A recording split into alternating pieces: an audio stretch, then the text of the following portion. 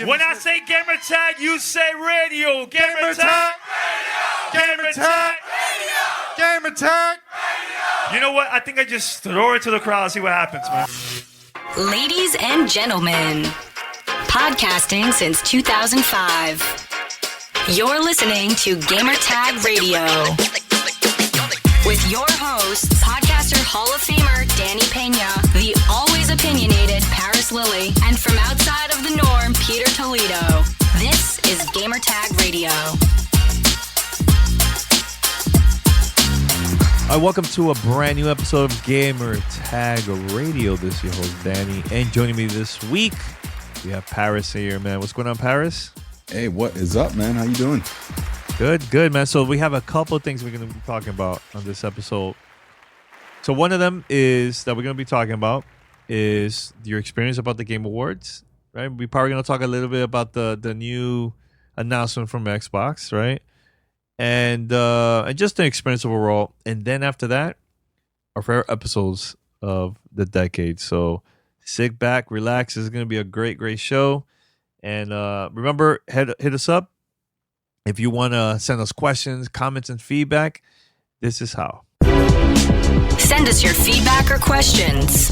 Give us a call at 786-273-7GTR. Email us at fanmail@gamertagradio.com or leave a message on speakpipe.com/gamertagradio. All right, so Paris, I know you're back here. So, how was the Game Awards, man? That was your first time, and I'm not gonna lie, it felt weird not doing the live stream with you guys for the first time because we always do every year. So Yeah. But how was it, man? Overall, It was good. It was a lot of fun. So I have to say right off the top, I'm an idiot, and because I said, hey, I was gonna dress up a little bit, right? So I had it all planned out. I was like, all right, I'm gonna just wear a t-shirt and some jeans to drive up to LA because I knew it'd be traffic and all that stuff. So I didn't want to be all dressed up and sitting in the car for a couple hours. So I was like, all right, I'm gonna just, wear my t-shirt or whatever. And then when I get up there, I'll park and then I'll change. That was the plan, right? So I get in the car, I drive all the way up there, I get out, I go in the back seat and I go, oh no. I literally left my outfit just hanging right there in the closet, and I forgot to bring it. So I was like, crap. I go, oh, well, I guess I'm just going to have to slum it. So, so I'm hanging out at the JW. Matter of fact, first person I run into is Michael Pachter. So shout out to Michael Pachter. I was talking to him for a while, a bunch of other people. But Andrea Renee comes in, right? She was with Steimer. So she comes in and get a hug or whatever. And she immediately roasts me for not being dressed up. She goes, wow, you don't even dress up for this? What's wrong with you? And I'm like, oh, I left the thing. She goes, there's an H&M right across the street. You could have just went over there and bought something. I'm like, I know, I'm an idiot, right? So, a couple other people was giving me a hard time. Our good friend Jackie, she gave me a hard time for it too. So that was fun.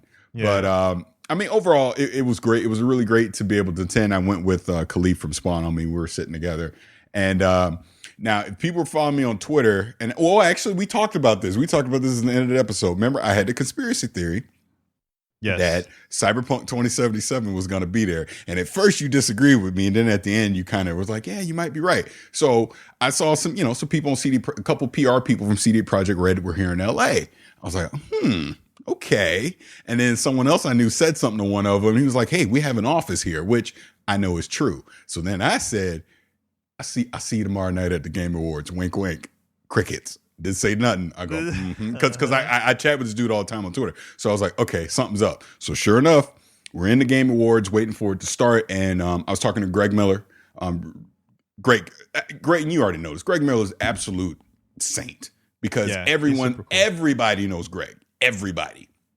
Mm-hmm. And he takes time to greet everybody that approaches them, talks to them like they're their best friends. So he's freaking awesome. So I'm sitting there talking to Greg, and sure enough, who do I see? I see the guys from CD Projekt Red roll in. They looked at me. I looked at them. I was like, So I was talking to them. But even then, I was like, I didn't say anything. So I waited, and then sure enough, obviously they did the music thing during the event. But it was great, man. I gotta say, the biggest thing that came out of that for me personally was Xbox Series X And the fact that they were able to keep that a secret that entire time. The fact that Jeff Keighley was able to get that big of a get and it didn't leak.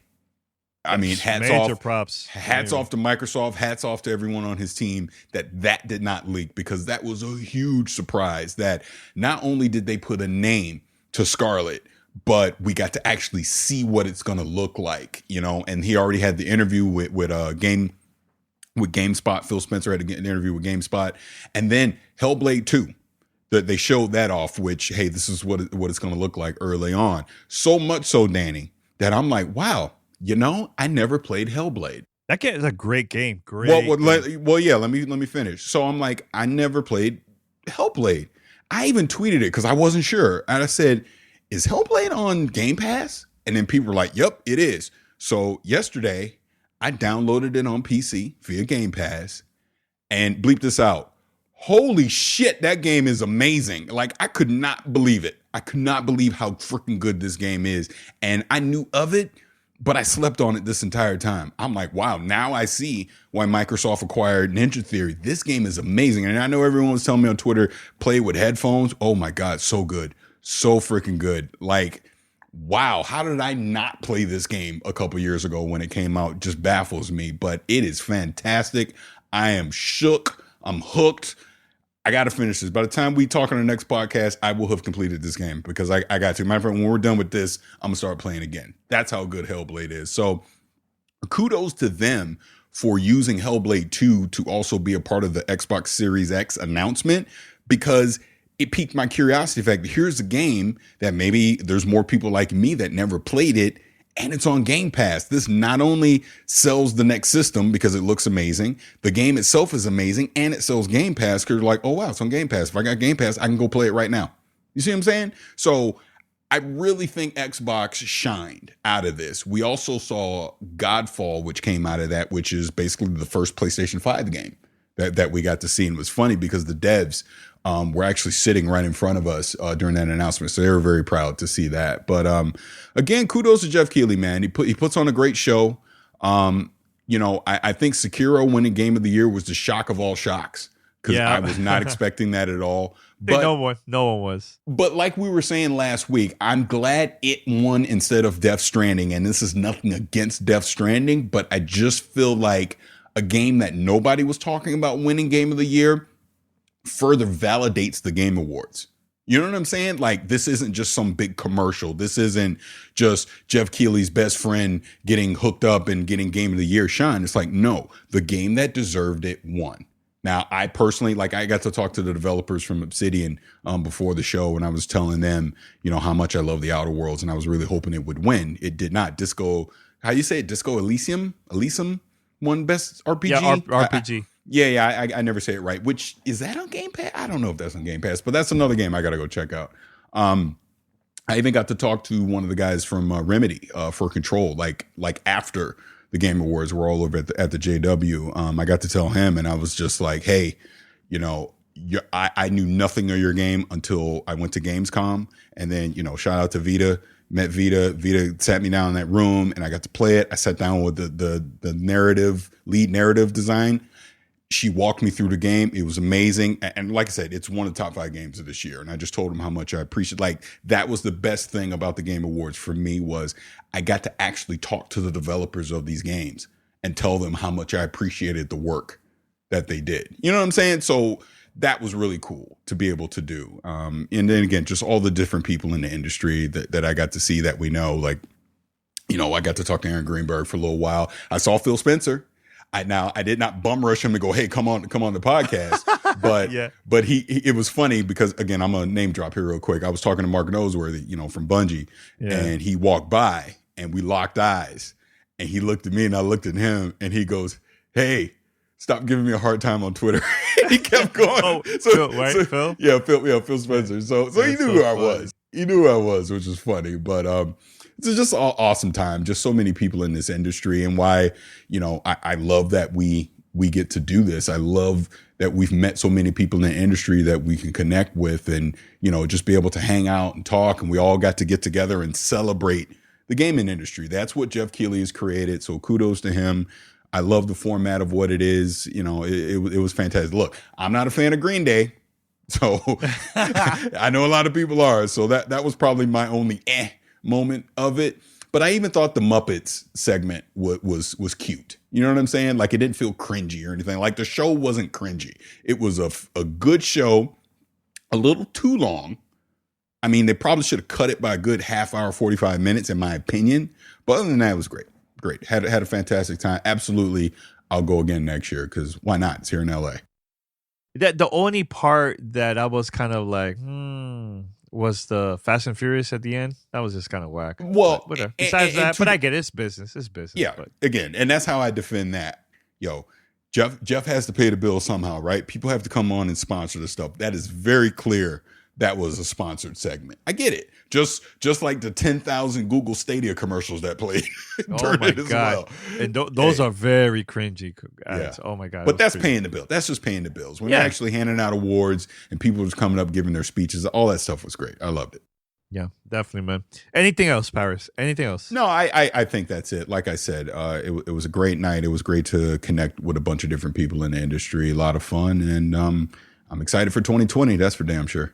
Yeah, definitely, man. Now, one last question about Xbox Series X. Do you like the design? What were your quick thoughts? And I know we've been going back and forth about this and price. What you think? Okay, so I'll answer the design part first because the price one is kind of funny to me. So I like the design. I think it's simple yet sexy, and it's different than what we're used to. And yes, it is clearly looks more like a PC than it does a console. But if they're truly chasing the power that they're, and Phil said it in the interview, they were like, here's the power, here's the specs that we want. Here's the check marks that we want to hit for our next high-end console. You build that and make the design around that instead of let's make a sexy looking console and see what we can stuff inside of it. So they did the reverse this time, which is smart. And if you really look at it, it's really not that big and you can sit it on its side. So we get to November 2020, we'll figure it out. That's the way I look at it. But they built it to be truly a powerful, and we'll see what the PlayStation 5 is power wise, but truly to be something that can do 4K 60 frames per second. It's going to be doing ray tracing. It's going to have the SSD in there for fast load times. This is what I've been screaming about since last generation. If we're going to quote unquote do next gen, that's next gen. So I'm very happy to see what this console is going to be and the games that'll be on it in November. Now with the price. So I actually put out a funny tweet this morning because it's like, hey, let's talk about the price on social media. This will go over great. Wrong. People are so angry about the price because in my mind, this is what I think. And I'm not saying I'm right. This is just what I think. I think it needs to be $499. And whatever Lockhart's going to be needs to be $299. That's what I think. People mad. People absolutely mad. People, oh, it's going to be $600. Lockhart's going to be $400. Blah, blah, blah, blah, blah, blah, blah. I just don't simply agree with that. I say, go back in history, look at what the PlayStation 3 was at $600. And I get they're offering a second console at a lower price, but Lockhart's not the true next-gen console. The true next-gen console, yeah, $500 in my opinion is as high as you can make it and still seem reasonable. Once you go over the $500 mark, in my opinion, that's unreasonable at that point. And Lockhart is not going to be a 4K machine if you go by the rumors. It is a 1080p, 1440p machine, which AKA, other than ray tracing, we already have that right now with the Xbox One X for all intents and purposes, right? So Scarlet, the Series X is the true next gen thing. I think if you want to get mass adoption for that thing, it can't be over $500. And Phil has said they've learned their lesson about price. They will be ready to address price with these things. We'll obviously find all that stuff out at E3 2020. Everything right now is conjecture because I'll bet you cash money that PlayStation 5 is not $600. It'll be $500 at the most, right? So there's no way they're going to have one that's $600 and one's at $500 because we're repeating 2013 all over again. I don't care what Lockhart is at that point. But I do think Lockhart, if you truly want to get an affordable quote unquote next gen console that does some of the things that the Series X is going to do. I think Lockhart will be called the Series S, in my opinion. $300 seems like a reasonable price. Once you get to 400, then I start asking myself, well, why the hell am I spending 400? I might as well go ahead and spend the 500. At that point, why am I buying the lower spec one? I might as well just go all out and get the higher end one. Plus, you know, Microsoft is doing the payment plans, the no interest stuff. I get all that. They're doing a lot of things right now to really make it more affordable to get people into next gen gaming. I think the smartest thing they can do is price that thing at $500. At $600, will it sell? Yes, there will be people like me who will run out and go buy it at $600, but I can afford it at $600. Not everyone can afford $600 on a console. And I know people like to compare, oh, you can buy the phones and all that stuff. To me, those are apples and oranges. Consoles traditionally are supposed to be more affordable for mass adoption, and these companies do take losses on them. And I get it. That thing is going to be a freaking beast under the hood, and it probably is worth $600. Just like the Xbox One X was probably worth $600 when it came out, right? But they still sold it at $500, and I think they need to do the same thing with the Series X. So, was I right about choice and Fortescue? Now No, that you were not. Don't do this. Don't do this. Come on. Don't do this. You know. No, what you said back asking, then no, does but, not. No, you were not right. No, but I'm asking you because now there is going to be multiple consoles now. Because let's be real, it's not only going to be the S and the X anymore from the series. There's going to be also the older consoles because I feel like Microsoft wants people to just subscribe to the service, subscribe to Game Pass, maybe subscribe to Xbox Game Project X Cloud. So there's options of different consoles that you could get. You don't have to get the most powerful console. Now you can also get the Xbox One S, the digital version, for cheap. So there is going to be multiple consoles, Paris. Well, yes, and we've talked about this offline. I have a theory.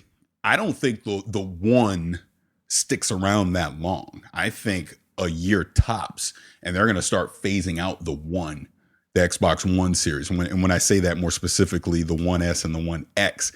The One S all digital potentially sticks around because I think they could probably sell that for like $99, and that's your Project X Cloud box, so to speak. Well, hey, go pick this up for $99. You connect into X Cloud, and you could still play these games at a higher fidelity, right? I think that potentially happens. Now I know, Fortescue, you want to be right, but I don't think we're looking in 2022, 2023.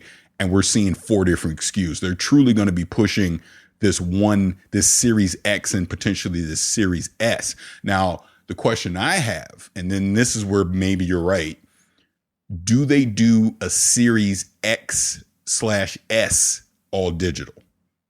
I think they do. At least one of them. If you look at the design, you could tell that they could easily remove the disk drive and just have the box, and you're good.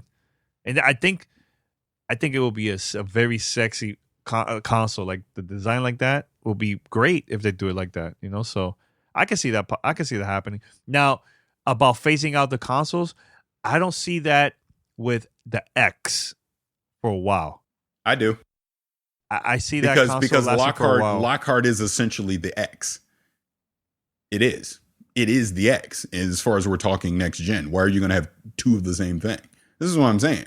They're going to phase, again, my opinion. I don't know nothing, but I think, to not confuse the market with 10,000 Xboxes out there, they're going to want to try and simplify it as quickly as they can. And I think at most you see 3, in my opinion. But yeah, we'll see. I think, well, before we go to the next topic, but I think that maybe the first 2, maybe the most 3 years, we might see this around for a while and then slowly phase him out, right, Paris? But I think they could easily keep the X and keep it for cheap, and the S for $99. Remove the S with the disk drive, just completely remove that. They really don't need it, and just focus on those 4. I think have the S version for both versions, for the series and the non-series one. Let's agree to disagree, because I don't agree. That doesn't make sense. Okay. We'll stay with that, man. So whoever's listening to this, let us know your thoughts. And if you're mad about the price, please let us know, because I hear this all the time, and I see it on Twitter. People replying to Paris all mad.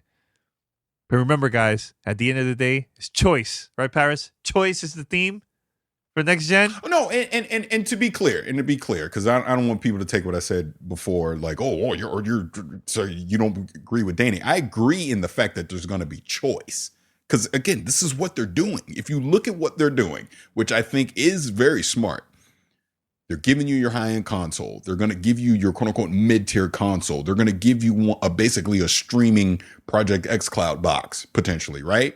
Mm-hmm. And you get the PC that you can do whatever the hell you want on there, too. So, yeah, there's choice. Absolutely choice. And it's great. It is absolutely great. I'm excited for 2020 to see what all these companies are going to do. But Microsoft is going into this next gen guns blazing, which just, hey, the more competition we have, the better for all of us. Hell yeah. We win. As gamers, we win, man. So definitely, man. All right, so we're going to take a short break, and once we come back, it's about the best episodes for the past decade for Gamertag Radio. We'll be right back after this. You're listening to Gamertag Radio.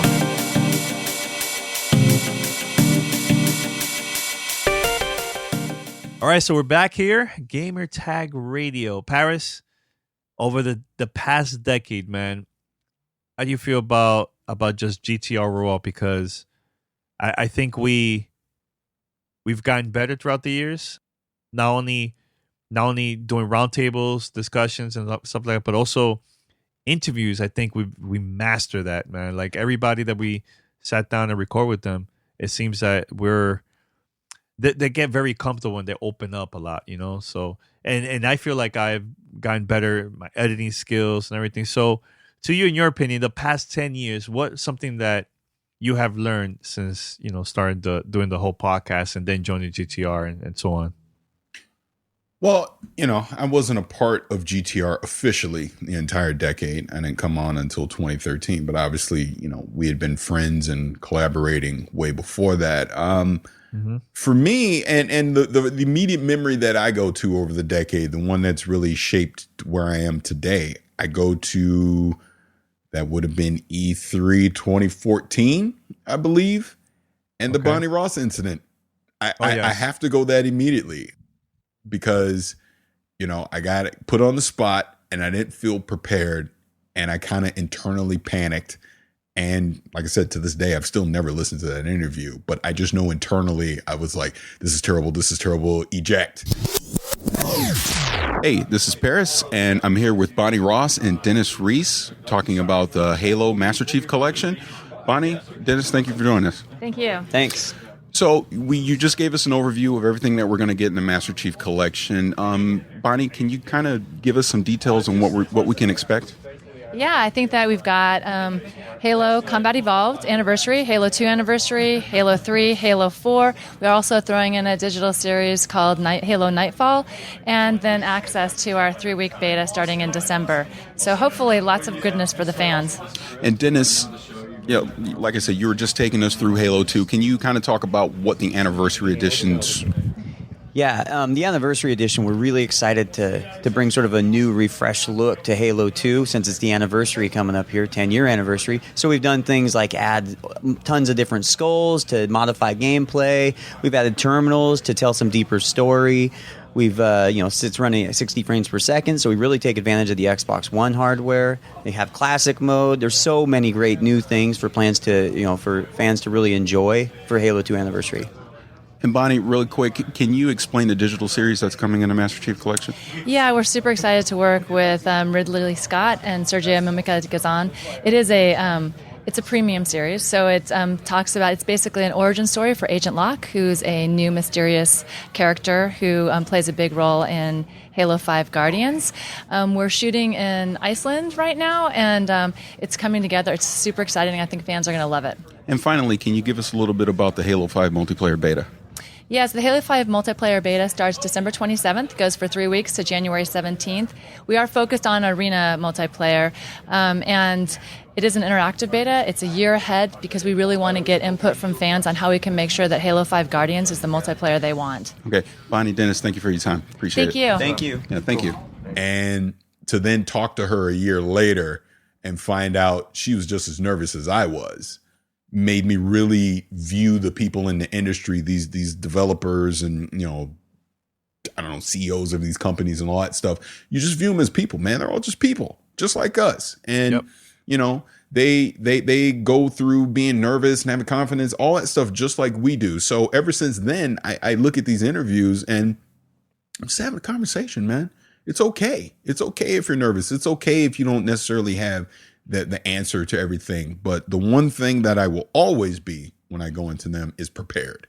Know who I'm talking to. And of course, there will be some last minute on the spot things that happen. But, in those instances, you do what you got to do. But if I know I'm going to talk to someone and I know ahead of time, I'm going to go into it 100% prepared. But regardless of either way, there's just people. And ever since then, I felt like, my interview style and the way I approach all this stuff has drastically changed. I feel like my confidence just as a creator and just my social anxiety and all that stuff has been better because of that. Like, again, this example, I was just at the Game Awards, right? Not an ounce of social anxiety the entire time. I'm just rolling up on people, hey, talking, like I say, I see Phil Spencer, hey, all that stuff, because again, they're just people, dude. It doesn't matter at the end of the day. So that would be my biggest memory of the decade that comes out of it. Hello. This is Janina Gavon-Carr, and you are listening to Gamertag Radio. Reviews and you should probably listen to it here. Konrad Tomaszkiewicz, I'm game director of The Witcher 3 White Hunt. This is Aaron Greenberg from Xbox. This is Matthew Singh. I'm a senior producer at Obsidian Entertainment. My name is Julian Garrity. I'm the creative director on The Division 2. My name is Benjamin Lupo. I go by Dr. Lupo online, and I guess sometimes people watch me play video games from time to time. Hannah McLeod. I'm a narrative designer at Crystal Dynamics and one of the writers for Marvel's Avengers. My name is Matt Schrantz. I'm a game designer at Treyarch. My name is Patrick Mills. I'm a quest designer here at CD Projekt Red. Yes, well, my name is Corey Marshall. I think most people know me as Ryo Hazuki. Yes. Yeah. My name is Jason Shire. I'm the news editor at Kotaku.com. You think gaming media, there's only one person you can go to, and that's Mr. Jeff Keighley. Thank you for coming on the show. Guys, it's great to be here. It's an honor, really. Thanks for inviting me on. I've listened to Aaron Greenberg on the show so many times. I figured eventually I needed to pop on, and I'm glad to be here. I'm beyond excited. One of my favorite actresses, comedians, hosts, and podcaster, Aisha Tyler. Thank you for joining us. Thanks for having me. That's so sweet. Thank you. Yeah, hello, everyone. I'm Milos. I'm the production director here at Remedy, and I was on Quantum Break basically from the beginning of the games. Ryan McCraffy from IGN. Ryan, welcome back. You haven't been on since 9 years ago exactly. So I was shooting for the 10-year anniversary. The legend Nolan Bushnell here, and very quick before we start recording the interview and stuff, my grandmother bought me my first video game console when I was a little kid. It was the Atari. So thanks to you, I'm here, at E3 and doing my podcast and everything. And yeah, it basically changed my life. So thank you. My pleasure, and thank you and your grandmother. I like to sell stuff. Yeah, I think one of the most important, there's a lot of other ones, but the one that really stood out to me this past decade was when we went to the Respawn event for the first time fall.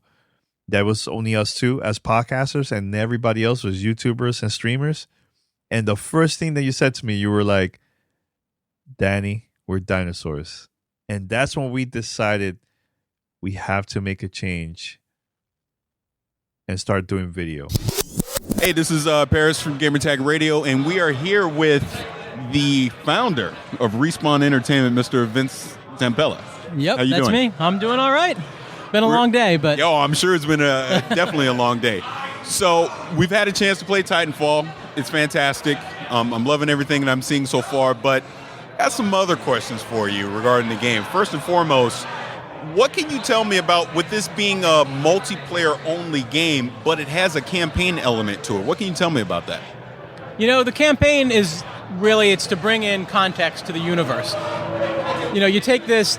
The multiplayer game is where most people spend most of their time, hundreds of hours in this universe. But yet the single player game gets all the love. Gets all the resources thrown at it.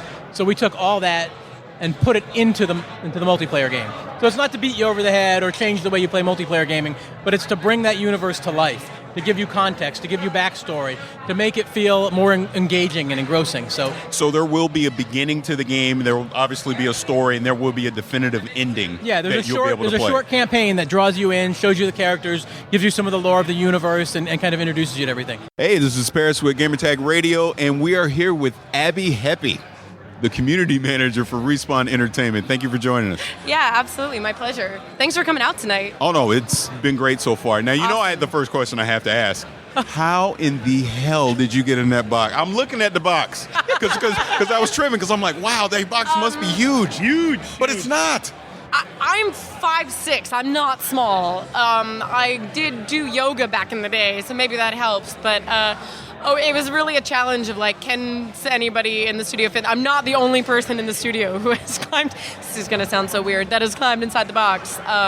But yeah, I don't know. It's trying to make yourself as small as possible. And let me ask you, it's a pretty big box, though. Let's be honest. How big is that box, though? Oh my God! I don't. The size of me, I curled up. I don't know. But that surprised a lot of people. Like, man, that box is pretty huge. Yeah, well, we were trying to show, look, it's really big. The statue is really big, and our lead artist Joel, because they sent us, here's the test statue, and it was really important to him that it's packaged perfectly so that nothing arrives to you damaged. So actually, what's crazier is that Joel, who will not give his real weight, but he's bigger than I am, has sat on the box, and you can sit on the box and not cause damage to the contents inside. It is very carefully packaged. That's pretty tight. So some of that is the styrofoam and the things to make it, support a human male. I know you used to work for G4. I did, yeah. How's it been the process working from that to a community manager now for Respawn? It's crazy, though. I think there's a lot of similarities between the job because you end up doing a lot of interviews and doing a lot of scheduling and meeting people and going to the same conventions and that kind of stuff, just from the total opposite side. The one thing that I think has been the weirdest is, and you guys can probably back me up on this, but normally when you're seeing a game for the first time, it's like, what? You just get that initial impression where you're like, wow, this is really fun and I love playing this, and it's crazy because you're with this game the whole time and you really enjoy it, but you never get that first moment of like, yeah, I just played that and it was rad. It's like a part of you that you live with and breathe all the time. And I sometimes miss that first day when you're press and you play a game that you just love, and you get that moment of like, yeah, that was really fun and I can't wait to go back again. Everything I do is living, breathing Titanfall. Hey, it's Paris with Gamertag Radio, and we are here with the lead art designer. Lead artist, yeah. Or lead artist, however you say it. It's been a long night already. It's late. It's getting there. And now I'm already screwing up your name, but it's Joel Emsley. Emsley. See, it's been a long night. I do apologize for that. But I've had people say Eschmile before, so we're in a really good step in the right direction already, I think. Awesome. But Titanfall. Let's talk about Titanfall. Yeah. Like I said, you're the lead artist on Titanfall, and you had a heavy hand in the collector's edition. I did. I was lucky enough to work with a crew over at Ruckus, and we worked hand in hand on the project from beginning to finish. And they were really responsive to our requirements on quality and the way we wanted it to look. Because every single thing that comes out of Respawn, we want it to be up to a visual quality and a standard that stays true to the game itself. So they were good with us. Nice. Now, we were talking to Vince earlier, and he mentioned you created the Titans, or that was your idea? I did. I wouldn't completely claim that I created the one Titan, the Atlas, and then we built on it from there. But early on, a lot of the artists were concepting giant robots. Like, I could even go back to the very beginning of Titanfall when we still hadn't figured out that that's what we were going to make. And I think that's when we really stepped it up, especially with, streaming Twitch. That was a lot of fun, joining Twitch for the first time and getting that first subscriber. That was amazing. Yeah, man. Super proud, man. Super, super proud. Oh, wait. What just happened? This Hey, happened. that was our first one. Did you Oh my screenshot God. it? Groove? Yeah, You please. didn't screenshot it, did you? It'll be in the archives. We'll get it. Oh. Woo! There it is, boys. Our first one. Wow. You are our first subscription, Groove Mechanic. Wow. So wow. now- This is history. History right here. Yeah. This is history. The day that we interviewed Phil Spencer, man. I think that was a very important episode, man. We have a special guest here. We have the head of Xbox, Phil Spencer. Phil, how you doing, man? Welcome I'm to the doing show. well. Thanks for having me. All right, so I noticed that during all the press conferences, every company been mentioning a lot of community feedback, and I think it's because what happened last year with you guys. Based on that, you guys made a lot of great changes. I Thanks. think. So, how important was that sending that message to the gamers this time around? It's something as the head of studios, which is my job before head of Xbox, you get a lot of feedback from people when you put out a game about whether they like it, what they didn't like. So it's just kind of been always how I think about building products is you build games and you talk to people either before you're launching and after you're launching. So as the head of Xbox, I want to think about Xbox the same way. I want to get the feedback from people. And as you said, they were vocal last summer. And at the same time, I watched how the platform team was doing monthly updates to the platform and making it better every month. And I said, well, if we're going to prioritize the features that we're going to do every month, the best place is to go ask the people who are actually using the platform, hey, either a developer or a gamer, what do you want to see us do in the next month? We even put up a feedback tool this week. It allows people to go up on the website and look at the features and help us prioritize. I think that's great. It's critical to our success. Now, you removed Kinect a few weeks ago. You made that announcement, and I understand your reasons for doing it. But since it has been removed, what are you going to do to incentivize gamers? Like let me backtrack and say this. I wasn't a fan of Kinect. Okay. I always felt it should have been an optional device from day one. Okay. Just simply because in my family environment, it wasn't 100% reliable. Okay. So my wife, if she says Xbox on more than twice, she's never going to say it again. Right. Type of thing. Right. So I understand why you took it out of the box, and I actually do appreciate that. But what are you going to do to give that incentive for someone that does buy the Xbox One without Kinect to now say, I need to go buy Kinect. I need to add it to my system. It's a really good question because I think it centers around what Kinect has always, whether it's actually included or not included, when somebody uses Kinect, they've got to find it to be a delightful experience and worth what they spent on it. Our decision to offer Xbox without Kinect bundled in at $399 was all about giving consumers choice. Right. Because like you say, hey, this isn't. I'm still on the fence. I know I want an Xbox One. I know I want to play Halo and Sunset Overdrive and Forza. Like I want to go play these games, so I'm going to buy an Xbox One. I'm not sure yet about Kinect, and we're giving you the option to start off without Kinect. We're still going to continue to evolve the Kinect experience, both with games. We had Harmonix on stage. We got a bunch of Kinect playable games here on the floor. People can go try. We're going to stay invested in what Kinect is and continue to evolve it. But I want you to be able to make the buying decision when you think it's right for you, and that's what this decision was all about. And that's great. And that just leads me up to my follow-up on that. You mentioned, and I always say it wrong, Harmonix. Harmonix. Yeah. What do you say? I say Harmonix. Harmonix? I don't know why. I would say Alex Rogopoulos. We're going to rename your company. It's Harmonix. Sitting down with him, and I felt like the conversation was super cool, super like mellow, calm. We were just having a great conversation about a couple of things. So that was an awesome episode. Was there any other episodes for you that you think that stood out to you that still to this day you're like, oh man, this was good. This was really, really good. Man, honestly, there's so many. There's a lot that you can go through. I'll tell you one. I think that the day that we recorded BioShock Infinite review. Well, yeah, for all intents and purposes, that was when I joined GTR. That's when you joined GTR. I just didn't know it at the time. Yeah, that was a very important episode. I know a couple of weeks ago I mentioned that Tomb Raider so far Game of the Year could be a contender of Game of the Year. And I did mention that. And man, it's gonna be tough to beat BioShock this year, man. BioShock Infinite. Oh my god. Holy crap. They really outdid themselves. I think this is, in my opinion, I think this is even better than the first game. I can't make that call until I finish it. Yes. Godfrey, can I say my crazy statement? I've been All telling right, Godfrey all day. I got something crazy to say. Right. Say if it. you get email on this, you guys just forward it over to my Twitter account at Vicious696 because this is gonna be crazy. I agree with you. BioShock Infinite, absolutely, it is going to be hard for anything to come out the rest of this year and beat it for Game of the Year. Not even Grand Theft Auto, man. Exactly.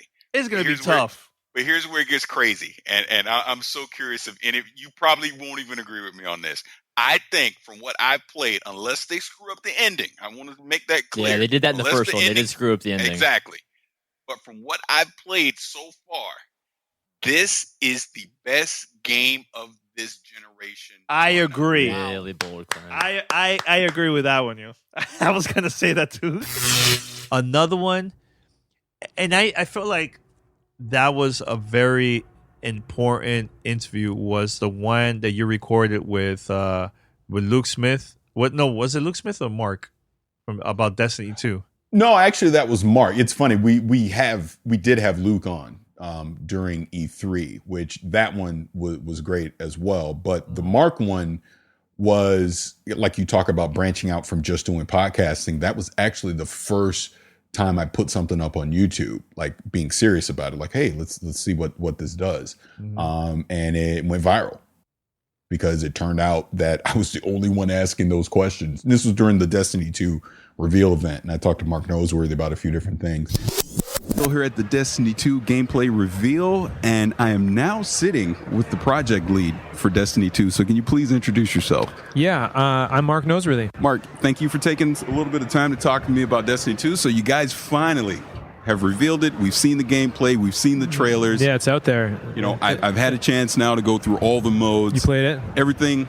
Loving it so far. I got one little nitpick I'll get back to later on. But first and foremost, when Luke came out, you know, he talked about the 3 things that you guys were looking to accomplish. So I kind of want to just go through those really quick. So he mentioned about a world that pulls you in. So what does that mean? That means making a place that, you know, you're willing to make your hobby, right? If you think about the actual story of Destiny, about like genocide, humanity has been destroyed, there's only a single last safe city, it's like, that can be some pretty dark stuff, right? But instead, the sky's blue. You know, we want to make it a hopeful look at the future. Even if some terrible things happened in the past, things could be good going on in the future. And we've actually, because of that, forged a relationship. Like I said, I just saw him the other day. But yeah, that was a big one as well. Man, there's, it's like I know there's like one specific, but there's just been so many. You know, I'll tell you another one because, again, didn't realize it at the time.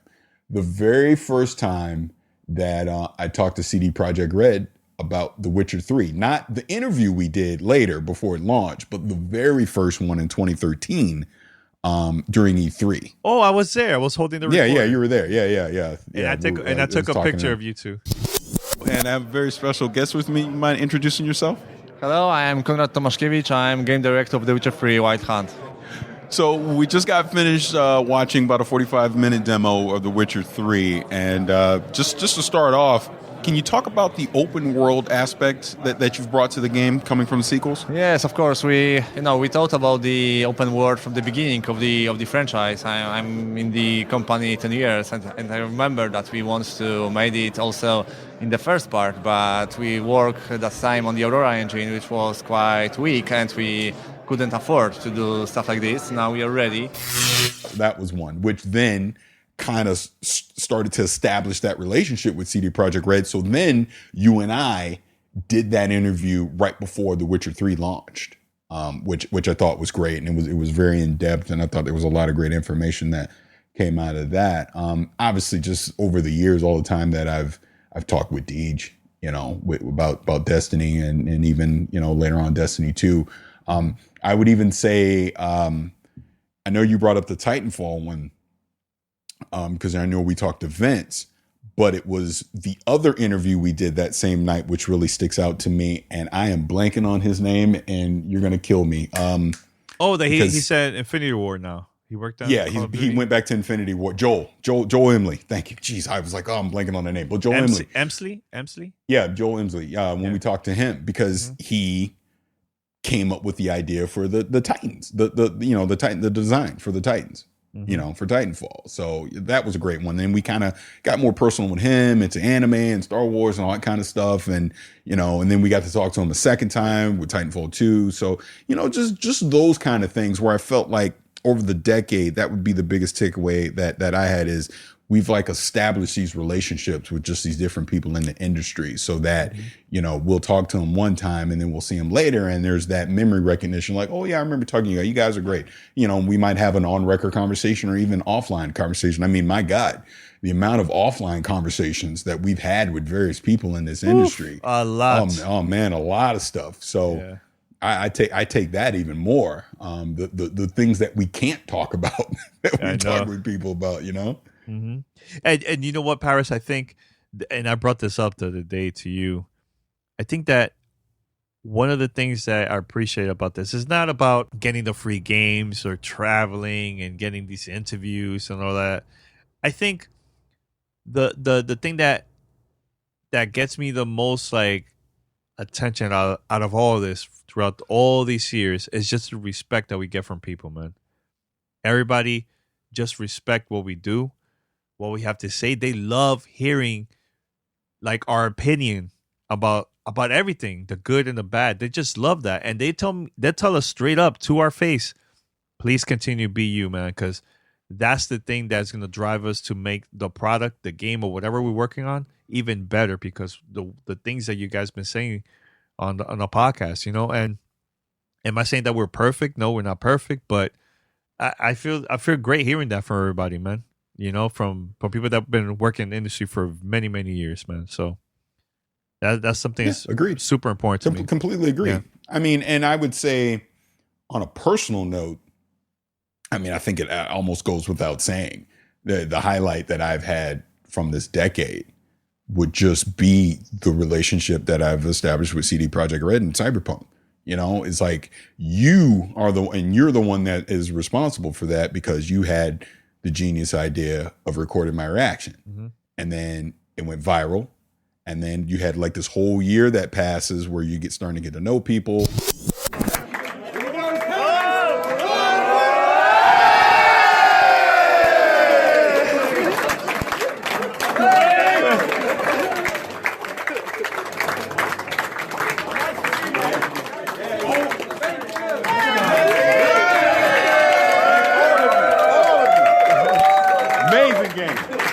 So, is it April? Can I go to April? I can't wait. Fantastic game. I'm so excited to talk about this game. I got to talk about this game. We got to go talk about it. We got to go talk about it. Let's go. We got to go. Let's go. And then that culminated with what happened at E3 this year. And then obviously I went to Gamescom. And then hell, even just now, at the Game Awards, where it's like, and it's not even... it's not even about the game. Of course, the game's going to be amazing. I can't wait to get the game, but it's like you get to know these people. You know what I mean? Not that like we're best friends or anything, but you just get to know them a little more and you just get a little more insight into who they are. So it kind of just humanizes the process. Like they're just people like us. They all have interests and things they like to enjoy and they like to do and all that. And it's great to be able to share and participate in that on some level. But at the same time, also be true to who we are. And I call it like I see it. I feel like that's one thing that I will always take pride in from this generation of us doing this podcast and this other stuff. If I love something, I love it and I will scream it to the freaking rooftops. But if you do something that I'm like, I don't know about that, I'm going to say it despite what our own personal relationship may be. And that's one thing. And when I even think about Xbox, because dude, over these past 7 years, dude, I've been extremely harsh on Xbox. You have. And it was never a personal thing. It was a thing of, I'm not here without Xbox, right? Xbox has done so much for me over the years that when I'm seeing them slipping, I'm going to say something. Well, if I could add into that before you answer the question, I guess I was coming at it from the flip side of I'm looking at what your competitors doing. I mean, you're both doing x86 architecture and they're doing it a little more straightforward as far as just the design. It's basically a PC that they have, but you taking the approach that you are is it seems on the surface to be a little more complex. So I was really curious as to why you would go the ESRAM route versus just going straight either DDR3, maybe it was 12 gigs versus 8 gigs, or just go DDR5, 8 gigs. So did you guys ever read the article that the Digital Foundry article with Nick and Andrew? Yes. They cover off this stuff a lot better than I can. And a lot of times on this stuff, like really, Andrew and Nick do not have time to go online and post on the forums. So the thing that kind of bit me was like, you guys ask this question and you get out of my element, because you're really talking about like, you start talking to Andrew and Nick about the benefits of the ESRAM versus the EDRAM that we had and why we made those decisions. And those guys are like seriously super geniuses. And there's a point where I just nod at them and you just go, okay, you guys say this is cool. Like, I'm not going to debate you on it. Right? And then what did we find out because of that? They're listening to that. They want that feedback. They want to hear it, because you can be critical but still be respectful. And I feel like I try to always be that way, right? And that's appreciated, where you say something that, hey, I don't know about this, and they hear you and they respond and they're trying to course correct. And look, Aaron may say I'm responsible for this. I refuse to believe this. When Aaron Greenberg and Albert Pinello were on the podcast years ago, and I was talking about Kinect and just the Xbox One dashboard, and I was like, why don't you just have an option to where it just boots right into the TV and not that, right?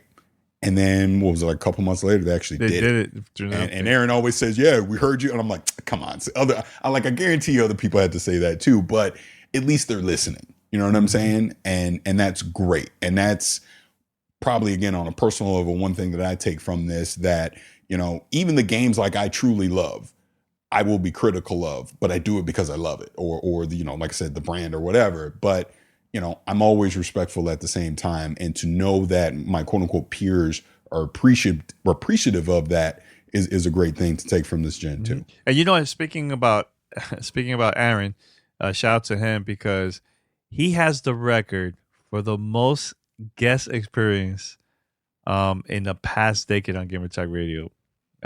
That's insane.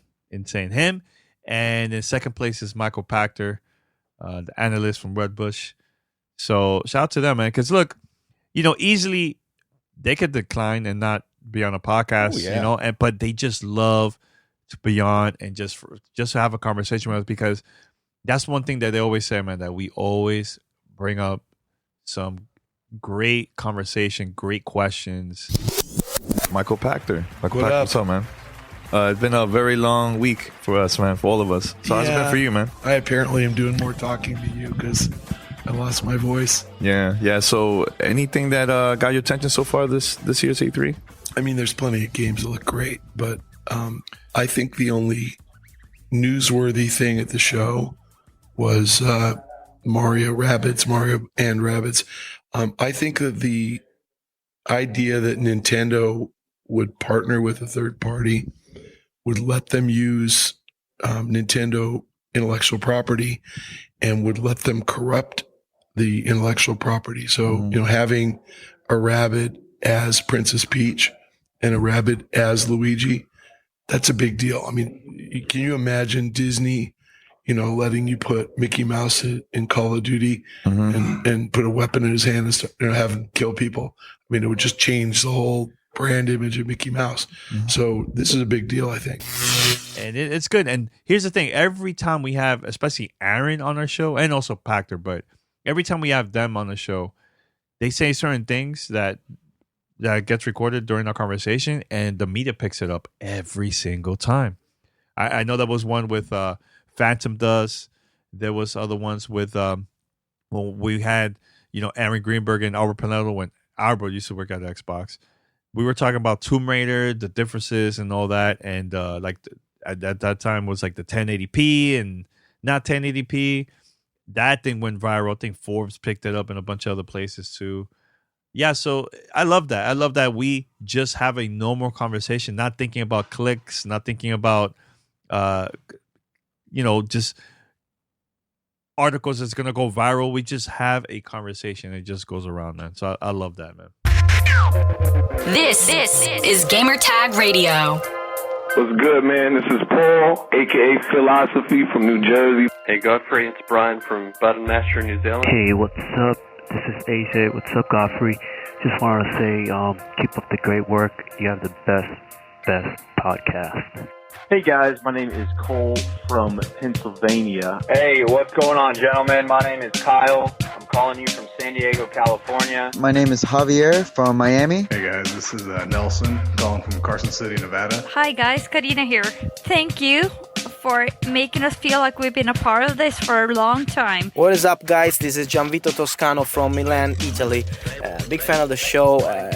I just want to thank you guys for all the entertainment you provide us every week.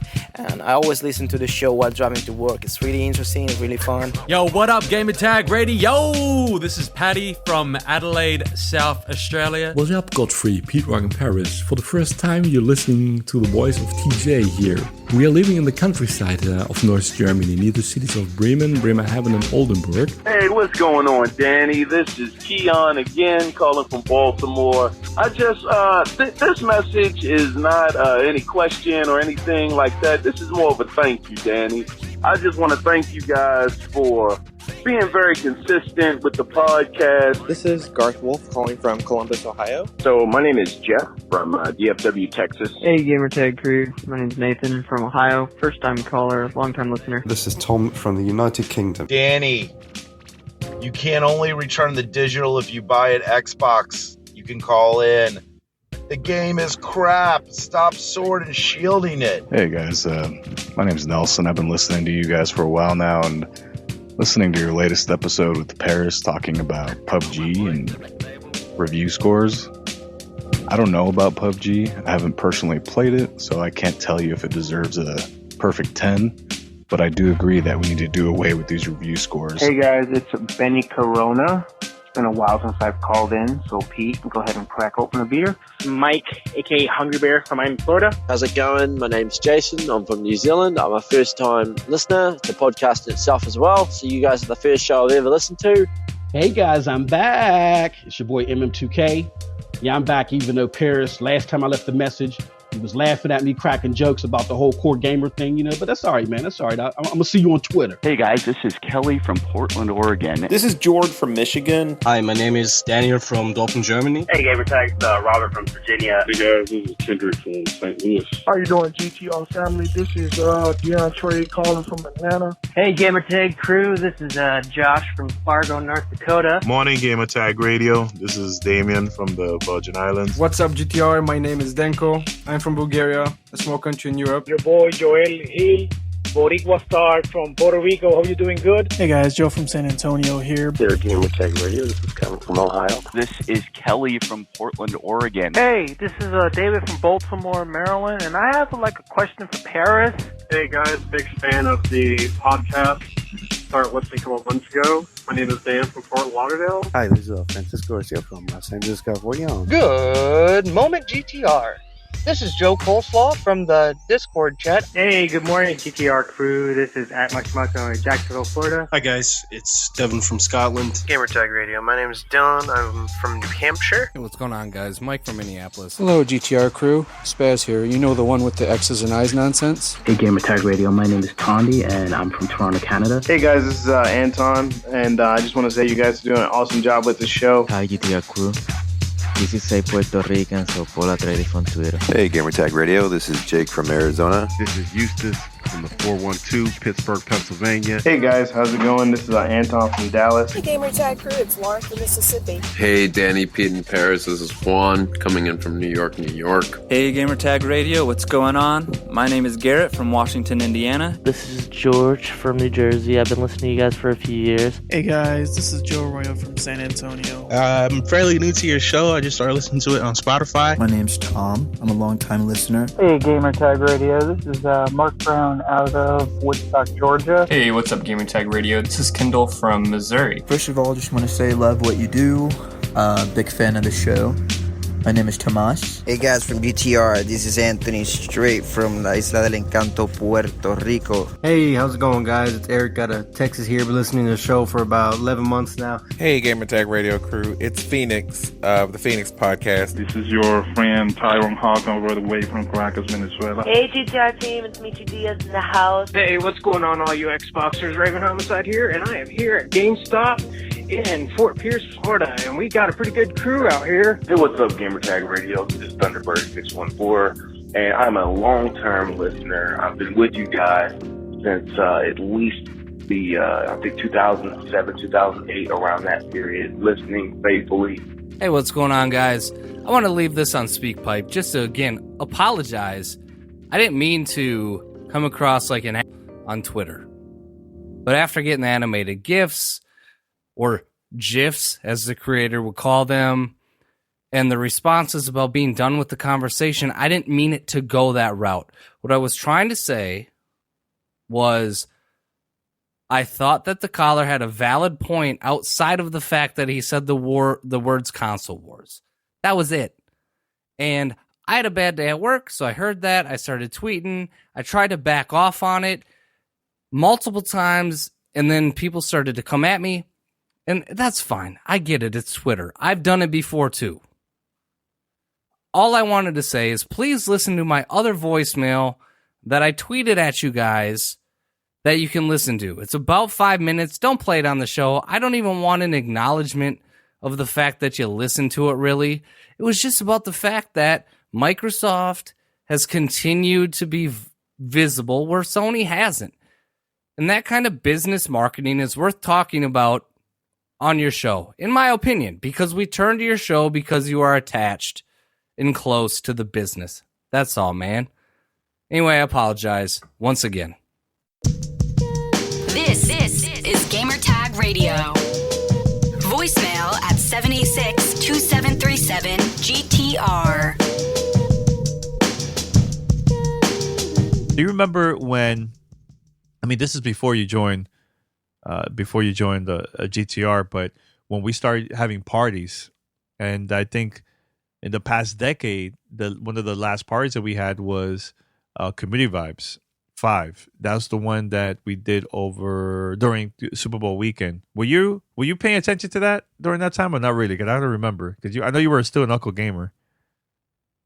I don't remember, so maybe not. That's the one that Miami New Times put us as #1 Super Bowl party in South Oh, Florida. yes. And we had like that was this day. That was this day. Yeah, it was in 2009, 2010. You know what? Pete, hold on a second, son. Hold on a second. Yo, KNS, cut the music, KNS, because I'm gonna test the crowd right now, son. I'm gonna test the crowd because I don't know. They don't want no free games, man. I don't hear them. I can't hear them. I can't hear them, man. The thing is, the music has been so loud, my hearing is gone. So I need to hear louder stuff. You know what's crazy? I've been to a lot of hip hop shows and concerts. I want this crowd to be even crazier than that, man. So this is what we're gonna do, Pete. I got this side right here. This is my team, right? This is my team. You going East Coast, huh? This is my team right here, man. West Coast flavor, right? So I think my team is gonna win, though. I don't think so, man. You ain't got it, dude. No? Nah, you ain't got it. That's true. Godfrey. Pete Rock. Pete Rock. Godfrey. Pete Rock. Godfrey. Pete Rock. Pete Rock. We should get both. Check. What? This is what we do with it. Fight night round 4. Yeah. NHL 10. We stuff. NHL 10. Right there. Who else? What else? But wait a minute. We got some tons of hats over here because I know you want some hats, all right? Let's go, y'all. Gamertag Radio. That's what I'm talking about. Yeah, you're right. It was like around there. Yeah, so, that was a very insane party, dude. Like, we had people from all over the country, even from Canada, Puerto Rico, that went all the way down to Miami just to hang out with us and just enjoy the vacation, and the party and everything. So that was really cool. and just hosting the whole party with Pete, and Mandy was helping us. Patrick was there, and you know who was down there too? Oh my God, what's his name, man? Oh my God, what's his name? Hip Hop Gamer was there. Oh, Mark was there too. Phoenix. Oh. Yeah, you should just say Phoenix. You really threw me off. Yeah. So yeah, he was there, and he helped us out too, big time. And a lot of people from the GTR community went there, man. So shout out to everybody that went to the event. That was a very, very cool one. And then we had to do the Mafia 2 party after that from 2K. That was awesome, man. So I'm thinking of any other episodes, man. Oh man, you know what was cool? Having Aisha Tyler, man, and just seeing your face. Like you couldn't even believe it. You were sitting down, interview her during the interview with them old pretty brown eyes. I still remember. I remember that. Now I have to ask this because if I don't, my friends will just 100% kill me. As you're talking, I'm still in awe that I'm sitting next to you right now, but. As you're talking, all in my head I can hear is Lana Kane. Oh, yeah. Very hoarse Lana Kane. How much fun is it to do Archer? Oh, I love making that show. I really do. You know, my first tying those two topics together, some of my very first podcast guests were my castmates and the show creator on Archer. But when I got offered that script, I remembered I'd really love them because they were the people who did C-Lab 2021. And I was a huge fan of that show. And I said yes. Essentially sight unseen to Archer. I think I'd read 10 pages of the script. I knew it was never going to make it on the air. So I was like, I'll just go make some money, kick it in Atlanta for a couple of days. It's too smart, too funny, too dirty to make it on the air. And every year that we go, I think we're always really pleasantly surprised, not because we don't love and believe in the show, but because we just get to make this incredibly cerebral, incredibly filthy show, and people like it and people watch it, and to us it's still like that lumpen little ashtray that you made like in shop class, you know. So the fact that people like it is really gratifying. I'm so proud of it. Adam Reed's a genius. Matt Thompson, the executive producer, the two of them, they really defend that show and make it what it is, and it's a joy to go in there and say those terrible, terrible words every week. I just have to say again, the last season when you took Archer to meet your parent, Lana's yes. parents, oh, wasn't that so fun? I don't think I stopped laughing for an hour. It was just the best episode It's pretty ever. inspired, and we just started making season 7. I just recorded the first episode of season 7 last week, so you're in for a lot more excellence from the show. Yeah. Any tips or advice for those upcoming podcasters that are trying to do their thing too? Yeah, I mean. Absolutely. So the 3 things I would say to a podcaster is know that this is what you want to do. Mm-hmm. Really spend some time thinking about it. Don't be casual about it. Once you develop a fan base, they're going to expect a show from you. It doesn't have to be every week. You can be, a semi or a bi-weekly or a monthly show, but be consistent because people are going to show up for that show and they're going to be expecting it. If they don't get it, they're going to drift away to other shows. There's lots of podcast options available to them. So they really want consistency from you. I say as it's Wednesday and the show's supposed to go up yesterday. It's not up yet, but my fans, give me a break, everyone. I just throw them like, I'm at E3. Show gonna be late. And they know it's only me, so they know there's not a machine behind my show. But be consistent. That's important. Don't pick a big idea if a big idea is not important to you. Don't be like, we're gonna do a show about cookies that look like Jesus, because you're gonna run out of cookie options very quickly. Pick a topic that you love and that you're passionate about, because that'll make you want to make it every week, and your passion will bleed through and connect with the people that listen, and that's going to be the passion that tethers you to your audience. So it doesn't matter if you're doing a show that's similar to what other shows doing out there. If you're passionate about it and you can come at it with a fresh view and a fresh take, people will connect with the material. And then 3, I would just say be patient, because it's a very crowded market, and don't do it because you think you're going to get rich and famous or you're going to make as much money as a lot of people thinking that. Hey, dummy, you're not going to get rich and famous. You big dummy. It takes time. It takes a lot of time. A lot of time to build an audience that's meaningful and that is valuable. And with the exception of a very few people, no one is making Adam Carolla money but Adam Carolla. One that sticks out, which just happened I guess like a year ago. So it was first time we talked to Julian from Massive about the Division 2. So for someone that, like me, I started playing the Division in the beginning for a very long time. Then I stopped for a while. Then I read about 1.8 update. I got super excited, started playing it. I felt at first like I didn't know where to go, because I felt like there was so much content, and in a way I was kind of lost. So when I started playing, I was like, oh, Underground, this is new to me. What is this? So for someone that's going to start playing the Division 2, is there going to be a way that easier for us to understand where to go, what type of content, what, because I felt like I was completely lost on the first one. I love this question because, to be honest, I think this is one of the biggest plagues with this type of game. And I'm talking about other games within Ubisoft where fundamentally you jump back in and there's so many options that you're bewildered, right? So we're working on something, and this is the first time I ever talk about it because it's the first time somebody's asked me that question, which I think is awesome, by the way. It's a really smart game design focused question. So that's fantastic. We're working on something called a progression tracker. And the progression tracker, it'll be in your main menu, maybe when you boot up the game, and it'll propose activities to you based on what the next major milestone for your progression is going to be. So constantly, it'll propose activities, things to try, things that it knows that you like to play, to make sure that you keep on having something to play. Now, again, I don't think necessarily that it's the only solution for that problem, but we'll keep working on it because I love that problem. I want to solve that problem for players. That one was pretty special for me because it's the first time we met him, obviously, and just his passion for the game, really stood out to me. Always appreciate that. Hey, the game is what it is at this point, but that initial impression will always be something that sticks. I will never forget that. We were sitting down and Julian was doing a presentation about the Division 2. This is like our first time talking about it. We were just there like, we can't wait. Like, I wonder what's the changes and everything. And I remember him mentioning 8-player raid. Yo, I looked at Pete, I looked at you, and I was like, I can't believe this is happening. 8-player raid? What?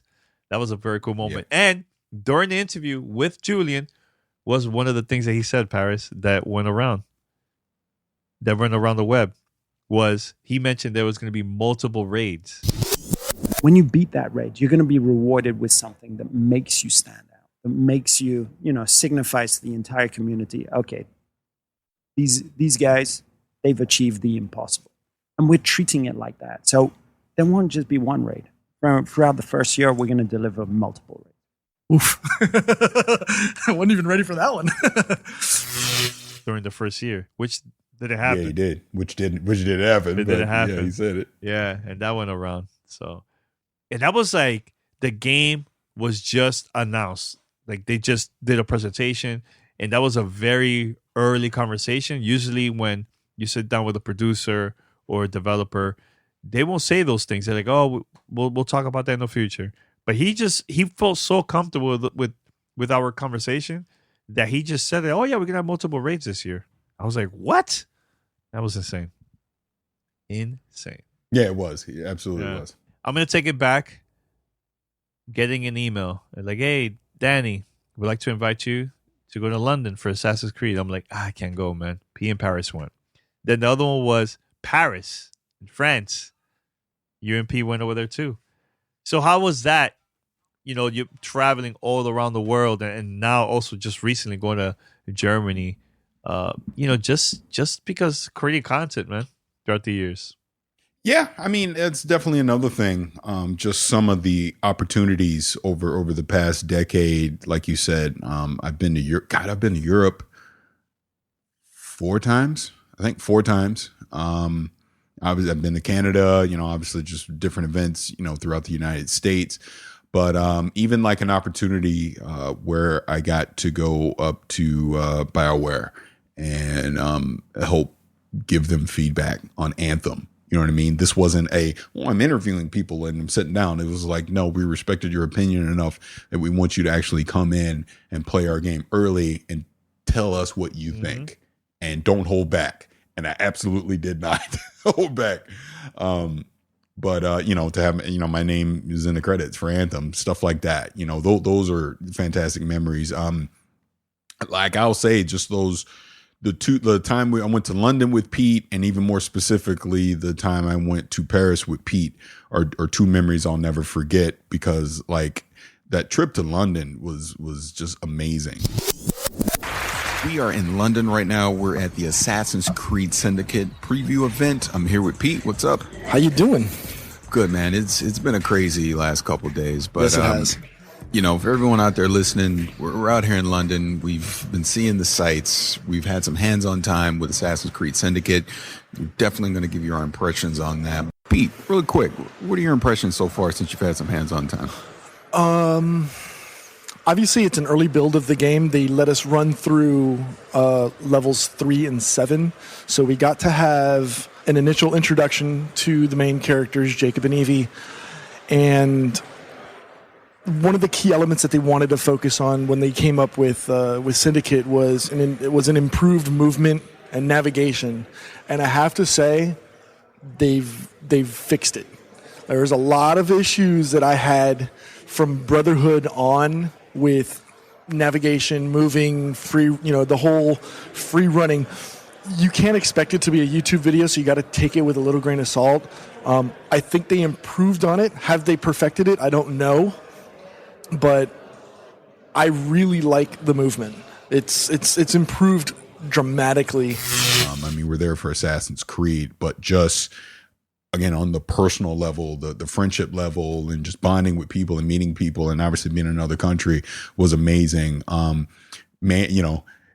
Seeing Mandy when we were in Paris, we were there for Paris for a week, and then we spent a day where we just traveled the city and saw the sights and went to the Louvre and all that stuff, and went to the catacombs. All that stuff are things that I'll never forget, and it's all because we do this. Mm-hmm. It all happened because of this. We weren't doing this, that never would have happened. So, yeah, dude, I'll forever be appreciative of all that. And I think most importantly for me from the decade, it's just the friendships that have been forged, over the years, which, like, taking it back to the Game Awards here the other day, I got to experience a lot of that because I'm meeting my peers. These are people that I've met over the past 10 years, and we're all coming together for a unified thing. And it was great, man. Mm-hmm. It was good. So, I mean, that's probably my biggest thing from this entire decade. It's just the friendships that will last beyond just gaming that have been made, because we do this podcast and just everything that's come from. You know what? We got to take it back to 2013, Paris. Just attending the Xbox press conference and then Sony PlayStation press conference and then the price announcements, and man, that was a very wild year for us, man, because we were going back and forth a lot with a lot of debates, arguments about both consoles. We sounded very confused, and one thing too, like a lot of the listeners will get mad on the things that you were saying and also what Mandy was saying, especially. We're gonna look like idiots. Hey, what's up, everybody? This is Paris with the whole GTR crew with some extra special guests. We just walked out of the PlayStation press conference. They dropped the mic. It's a wrap. It's over.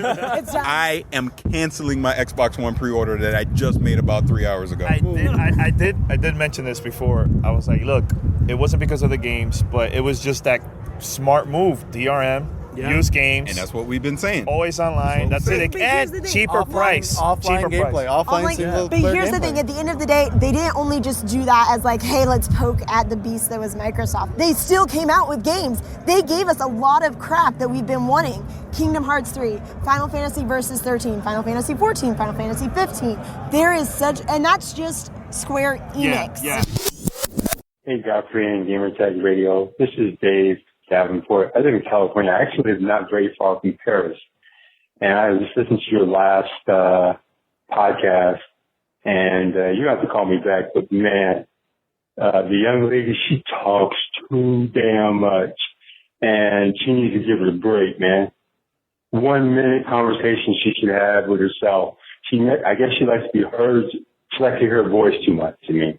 And Paris, he's the biggest hypocrite I've ever heard on a podcast.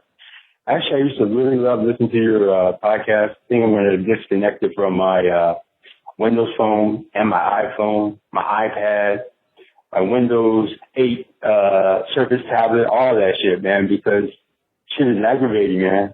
Anyway, I have my own business. I like listening to you guys. I used to like listening to you guys why they do what I do.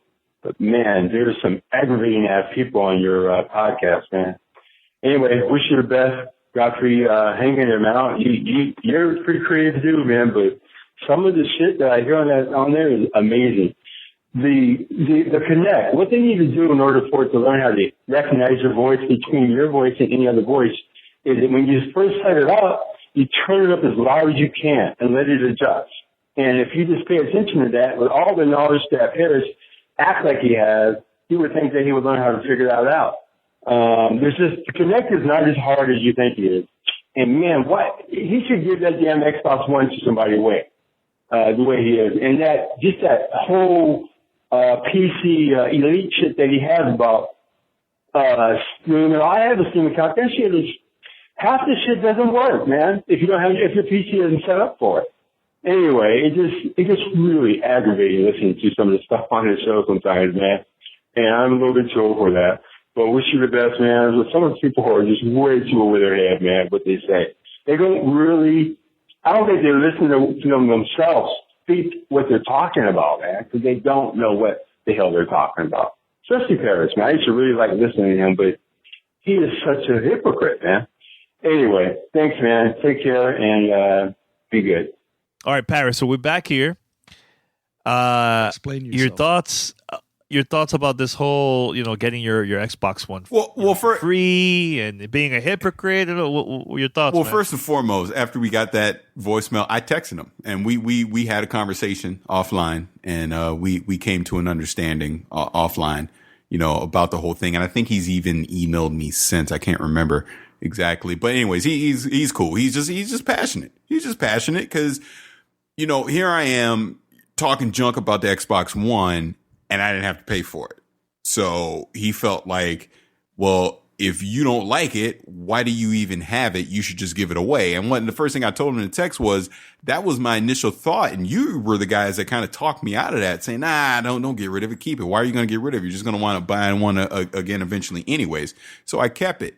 And, here we are. Titanfall games like that are out now. So obviously I prefer to have an Xbox One. But I don't think whether I bought one, given to me, or whatever, shouldn't change how I feel about something, because that's my opinion.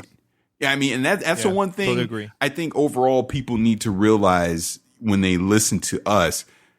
Dude, we're no better than you. We're just all we're doing is recording our opinion. That's all it is. I mean, I don't get paid to do this. I'm just giving an opinion. So if I see something I like, I'm going to say I like it. If I see something I don't like, I'm going to say I don't like it, and that's just the way I've always been. Now, I do think he got a little too personal on his attacks. I mean, towards me, I won't speak for Mandy. Mandy can defend herself, but, like you say, Danny, people got to relax.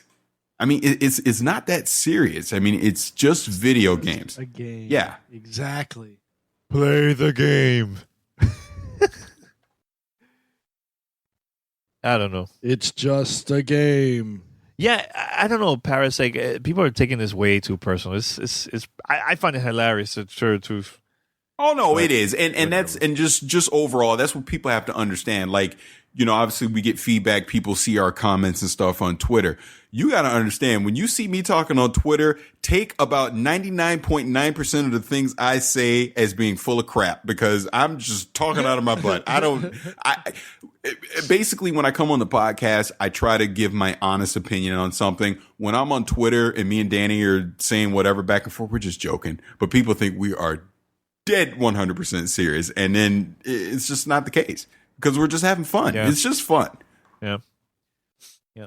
I know. Look, we have received a lot of hate mail in the past, but there's one voicemail, Paris, I have to play. That this one, I believe we received it today, early this morning. Yeah. And I'm gonna play it, and I would like to get your feedback about this one too, because this one surprised me with this voicemail. So we're gonna play it right now. What's up, Gamertag Radio crew? This is Thunderbird 614. I'm a long-time listener, a fan of the show. Appreciate some of the things that I've seen happen over the past few months in the community as far as the negativity. I want to go ahead and apologize to you guys. I don't know if Godfrey played it or if you heard it, but I left a pretty nasty email for Mandy and Paris over the summertime. It was just me voicing my opinion and how I felt at that period. And I just want to say that, the things I say in there, if you heard it, good. If you didn't hear it, good. If you did hear it, I apologize for that. because we're all gamers and we're all entitled to our opinions, and that's what this is about. We're doing it for fun. We're not doing it for anything that should be dividing us or having anybody going crazy on the internet. So you guys definitely bring that super cool, super real vibe to gaming, and I appreciate that. Paris, you've been hitting it out of the park with your gaming, with your exclusive podcast, and the rest of the crew, Mandy and everybody. I thank you guys for what you do. You're totally awesome, and you got a fan for life. Peace out. It's Thunderbird 614. Mad love. Okay, we're back, and this one, it was a positive one. This listener just apologized to you and Mandy. This is a totally different person. It's not the same guy that made that call. This is a totally different person. But your thoughts about that now, Paris? Because he apologized to you and Mandy because I think he went too far with his past email. Yeah. And I would just say, just like with all feedback, we get good or bad, thank you for the feedback. Because, I mean, that helps us, good or bad, get better at what we're doing on the podcast. But no, I appreciate him apologizing. Honestly, he doesn't need to apologize because trust me, I don't take any of this stuff to heart. You know what I mean? Again, we're just giving our opinion, but I mean, good on him for realizing that basically Mandy and I just give our opinion. You can't be upset at me or you can't be upset at Mandy because we don't like something that you like. That's all it comes down to. Or just the same as I can't get mad at you, for the same reasons. It's all your opinion. It's your money that you're spending. If you want to spend $500 on an Xbox One and go get Forza 5 and Titanfall and all the rest of the stuff and you kiss Connect at night, that's good for you because it's your money. You earned it. You do whatever you want with it. But at the same time, you can't get mad at me if I criticize that. Same goes with PlayStation. Because, dude, that's the other funny thing. Since I'm Mr. 399, you should see all the crap I've been getting on Twitter the last few days about Infamous. Just people are up in arms because I'm not down with Infamous. what they said? Oh, they're just upset. Like, dude, it's such a great game. What's wrong with you? Blah, blah, blah. I'm like, look, it ain't for me. It's not my bag. What do you want me to do? So let's talk about that, man. Let's go back first to E3 2013, man. Because I know I sent you the audio, like, oh, Paris, you need to listen to this, man. Your thoughts about during that time, too, Paris, when that whole thing just went down around that time. I mean, okay, let's say this. All feedback is great. Good, bad, ugly, all that. And I will never sit here and pretend that I'm right. But it has been a thing over these past 10 years. People get very upset with me. About my opinion on certain things. Some things I have been 100% right on, and some things I've been 100% wrong on. Don't get me wrong, but I think that's also the thing that people need to understand. And I know we listen to some of the old voicemails from over the years where people are just angry. It's just an opinion, man. Yeah. I mean, at the end of the day, it is just an opinion. My opinion is no more valid than Danny's or anyone that listens to this. We all have an opinion. We all can feel strongly about something. But at the same time, just be respectful. I mean, that's really the thing that I take from all this. And I'm clearly very vocal on Twitter, so I've learned to never take anything that's said to me on Twitter personally. Because that's just noise. That's just a person behind a keyboard being anonymous, and they're going to say the craziest, meanest, most hurtful things they possibly can to you. But when someone takes the time to actually send in a voicemail and say those things, I take it a little more seriously. And there have been some incidents over the years where people have left some very angry voicemails, and we get their number because when they send it in, and I'll call them straight up.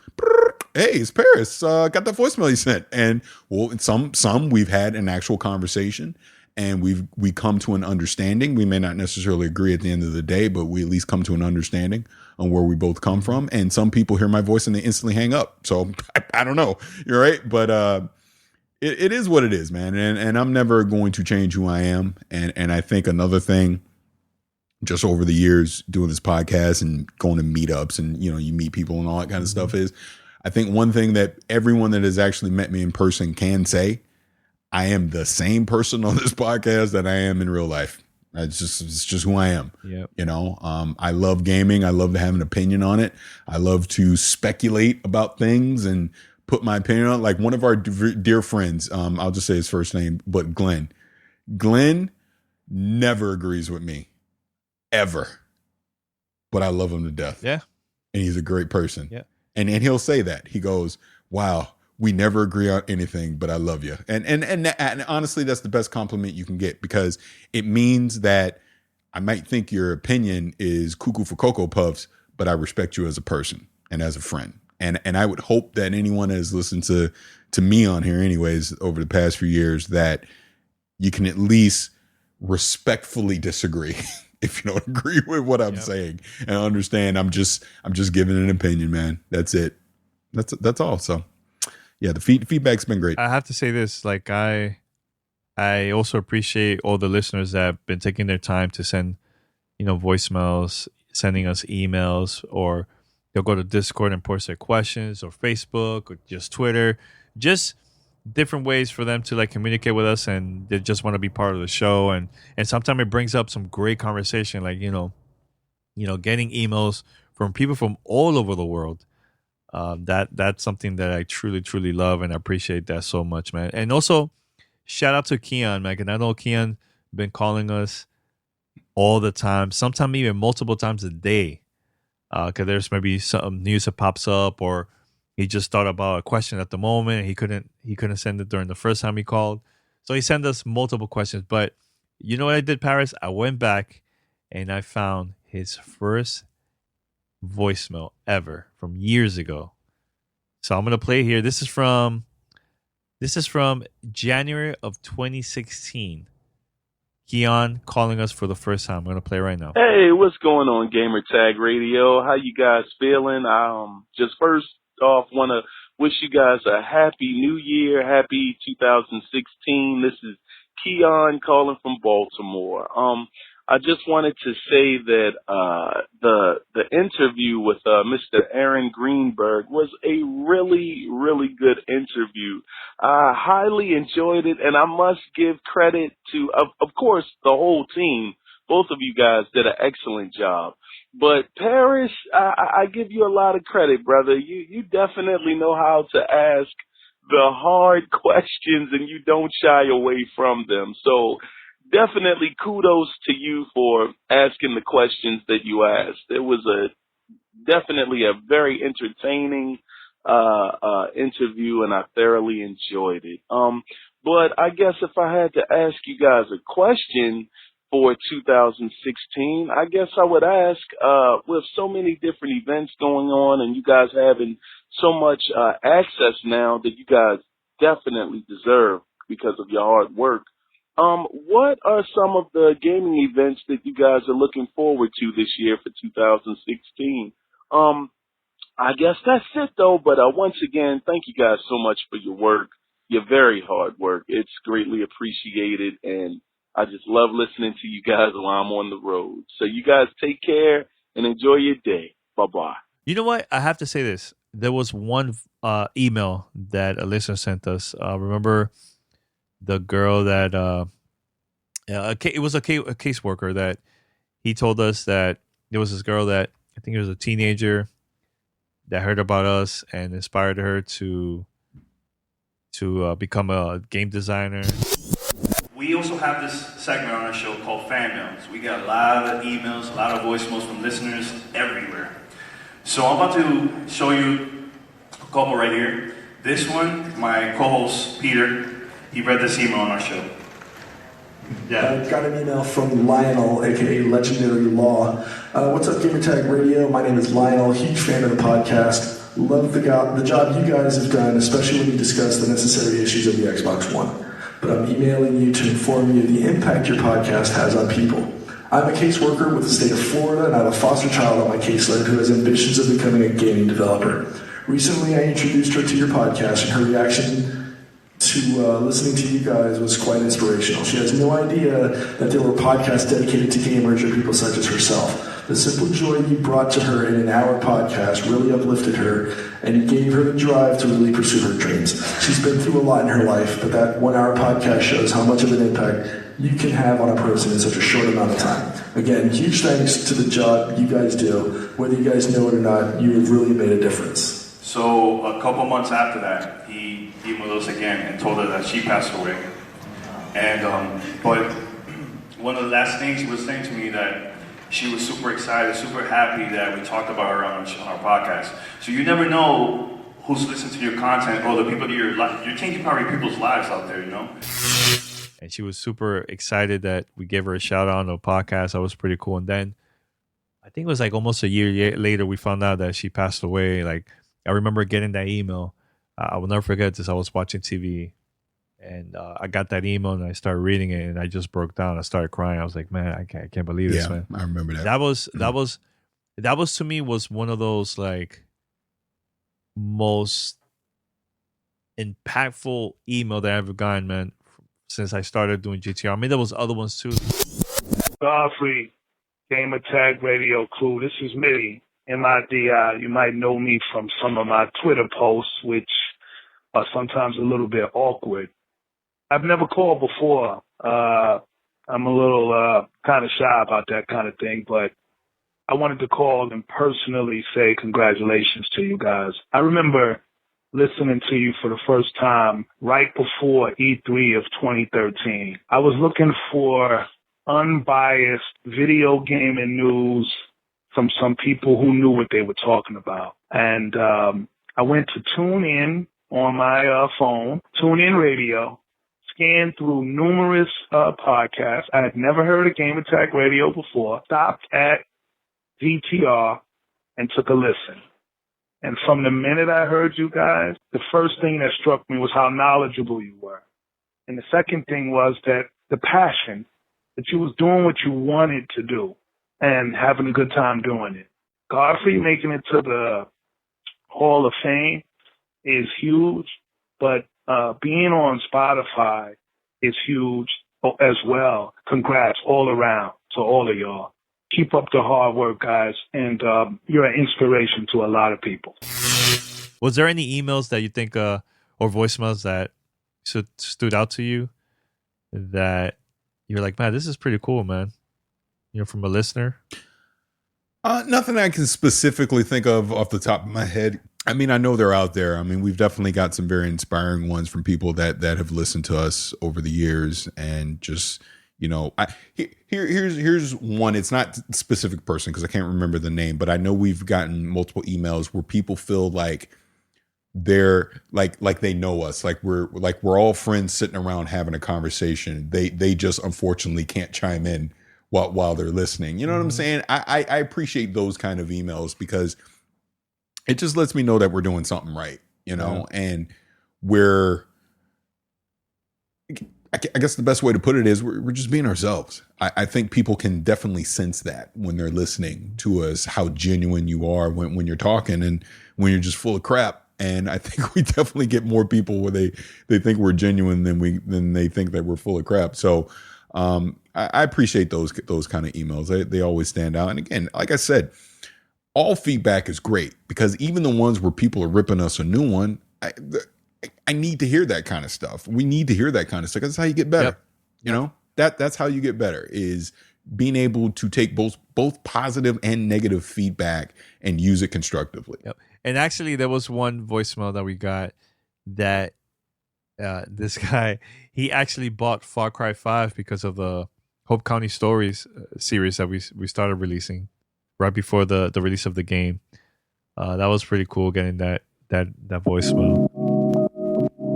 Hey, Gamertag. I've actually called in a couple times now, and you guys never fail to play my voicemail. So for that, I really appreciate it. I feel pretty heard. You guys are doing it right. I'm going to get right into it. So I have never played a Far Cry game ever. I've been sleeping on that series, I guess, because everything that I know about Far Cry, 100% of the information that I have on that is from your guys' podcast. And so when I heard the Hope County, the very first interview with Pastor Jerome, man, I called my buddy and I was like, hey, man, I'm going to GameStop and I'm picking up Far Cry 5. I'm Pastor Jerome Jeffries. Tell us a little bit about Hope County. It's the kind of place that somebody can go to when they're done with the bull. You traveled the United States and then now come here? I've done a little bit of traveling, not that much. But when I came back from the war, like I said, that's when I decided that I'd had enough of the crap that you got to put up with. I wanted to find a place that was just a little quiet. People were self-reliant. People still had faith. People still would do for one another. That's what I found here. So you're going to stay in Hope County. Why not leave? Why not promote Hope County to bring more people there? Why not leave? To go to what? Another place where the same damn thing is going to happen? Sometimes you got to make a stand. And once you say you're going to make it, you make it. Hey, how's it going? My name's Grace Armstrong. I'm a resident of Hope County. Right now, we're in the middle of this rebellion, trying to get the land back from the cult. It's real tough. They're real sons of. But these are my people, and this is what everything to me. What is it that you love about living here, Hope County? I mean, I guess what I loved about it was how peaceful it was. You know, the type of place that you would want to raise a family or, I don't know, retire and just smell the roses and You talk about the resistance, you talk about the cult. If life has come so hard in Hope County, why not leave Hope County? Because this is my home. Why would I leave? They took it, I'm going to take it back. You just said it's a place that you loved in the past tense. Does that mean you've moved on, or do you still feel that there's a chance? No, I mean, of course, I still have love for this place. Otherwise, I wouldn't fight for it. If I didn't think there was a chance, I would, like I said, I would just leave. But, I think there's always hope. Hope County. Hey, this is Nick Ryan, Ryan's Sun Aviation. I grew up in Hope, Montana, and Hope County has always been home. It's home to my grandfather and my father before me. We have a field out in Falls End. That's where my wife Kim and hopefully my son Nick Jr. will soon to be. It's the best goddamn airfield in Hope County. How long you been living here in Hope County? Well, all my life.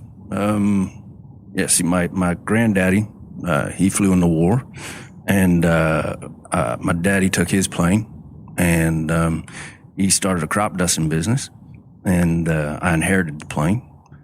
And then we ran into some trouble with these folk came in, and I didn't want to fight them. I just wanted to take my wife and go. But she thinks we should do otherwise. So I found out we're going to have a baby. And if I'm going to fight, I'm going all out. So I strapped a Gatling gun to my plane. I'm going to go kill a bunch of So you mentioned that some folks have entered Hope County, and that's why you strapped that Gatling gun to your plane. Who are these folks? Who are you fighting that you feel you need to get out of Hope County? Well, let's be straight. My wife wants to stay. I would leave if we could, but there comes a point when it's more than just fighting for your home. It's fighting for your future. And these people who came in, if you want to call them people, they decided that we were going to be their sheep. We ain't nobody fucking sheep. This is our home, and this is our future. We're going to fight for it. So if these crazy just want to come in and tell us to be a part of some pajama wearing fucking group, I don't know. I'm not into it. I don't have to do it. You can't tell me to do it. I will fight for what's right. What is right? I think right's what's in your heart. You know, you're a good person. And you believe that everybody should be able to choose what they want to do. Nobody should be able to tell them what to do. Then that's what's right. So I'm going to fight to make sure that my kid can make their own decisions. Nobody's going to tell them that they got to go and they got to come say, yeah, you know what the I need. Why I'm calling during the Joseph Seed interview, man, I lost it when Joseph Seed and his character, he said, I heard about Gamertag Radio. I don't know why, man. Just hearing, because I've been playing it, so I know the character of Joseph Seed and how sinister he is. But to hear him reference Gamertag was just, that was so funny. What's going on? What's going on? What? Help! Yo, what's Paris? What's Paris? Help! What? Oh, shh. Paris is fine. Paris is with family now. What do you mean he's with family? Paris was ready to receive the truth, and the truth has filled him. That's not possible. Dude, he was just with us. He can be with you again. I've heard about you from Gamertag Radio. Asking questions, but do you really want answers? Who are you? I'm your father. And you are my children. Dude, what's going on? You came in search of truth. If you want the truth, open your hearts and be ready to receive it. I want answers. We spoke to the pastor. We've spoken to... The pastor's not a man of God. The pastor's a man of the flesh. He's a man of illusion. He's a man of trickery. He holds up the mirror to the you that you want to see in yourself. He's an avatar of faith. I am the truth. What makes him any different than you? God doesn't speak to him. The echo of God doesn't ring in his voice. Are you the chosen one? I've been chosen, but you've been chosen too. See, God brought you to me. And the end is coming, and you can feel that in your bone. You can look at the world around you, and you can put down your phones, and you can look into my eyes, and you know the truth, because I see you as you are. We know they will come, and we've prepared. I love those. All of those Hope County stories were awesome, man, and I hate to see them go. So I guess I just want to see if you guys maybe had other plans for more stuff like that down the line, because I really, really enjoyed those. And thanks again for turning me on to Far Cry. It's my favorite game as of recent times. So thanks again, guys. Keep it up. You're listening to Gamertag Radio.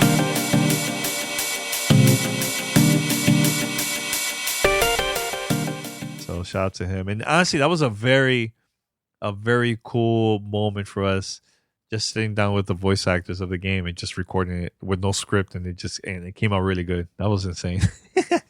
Yeah, that was a fun little project we got. Really cool. And another one too, before we go to the next one, is when I got inducted to the Podcast Hall of Fame in 2015, and I took listeners from Fort Worth and also Dallas who went there and went to the red carpet and took pictures, and we sat in the front row, and those they were like the first people that I thanked was just them and just the community overall, the listeners have been supporting us, man. So that was something that I will never forget, man. So Danny Pena has truly demonstrated visionary talent as he's been able to effectively combine two of the biggest applications of modern technology, video gaming and podcasting, into one platform. The result of Danny's vision was Gamertag Radio, a podcast created in 2005 that brings up-to-date news and information to the gaming community in a weekly podcast. As both industries continue to grow, so has Gamertag, who recently signed on to be a part of the CBS podcast network, Play.it. Please welcome 2015 Hall of Fame inductee, Danny Pena.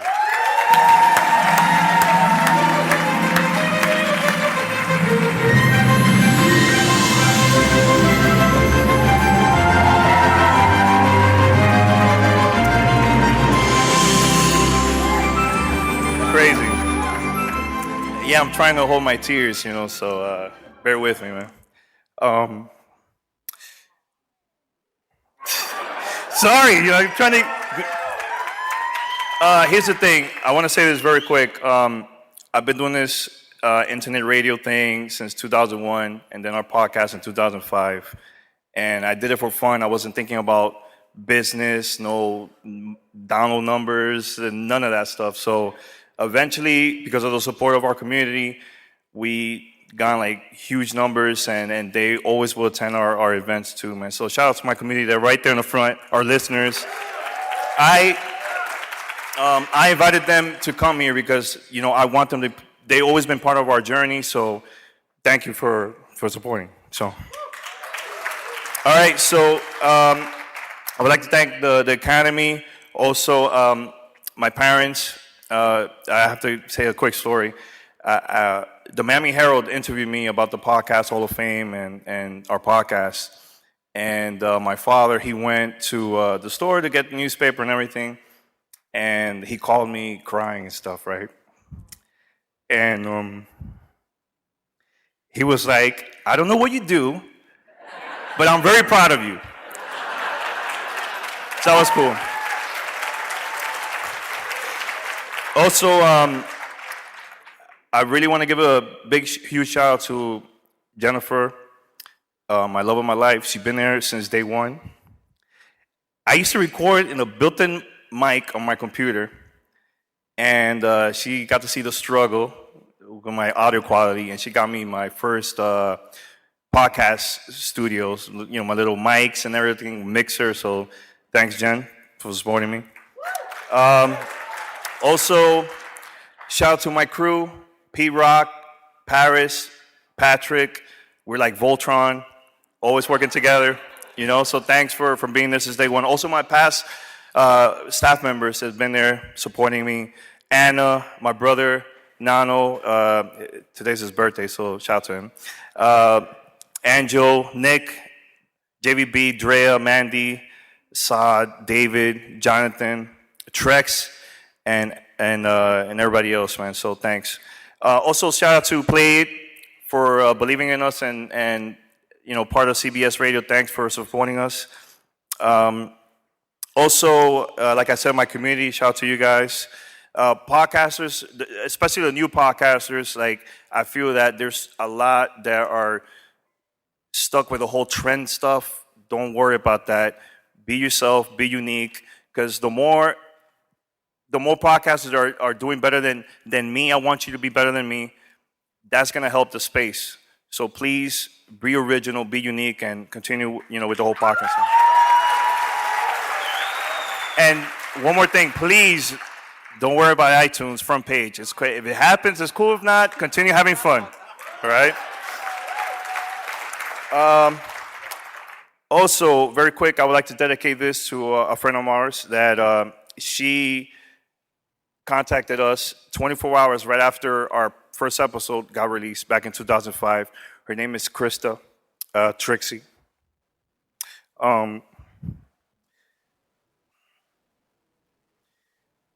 Right now, she's battling cancer, and this is for you, all right? Cool. Thanks, everyone.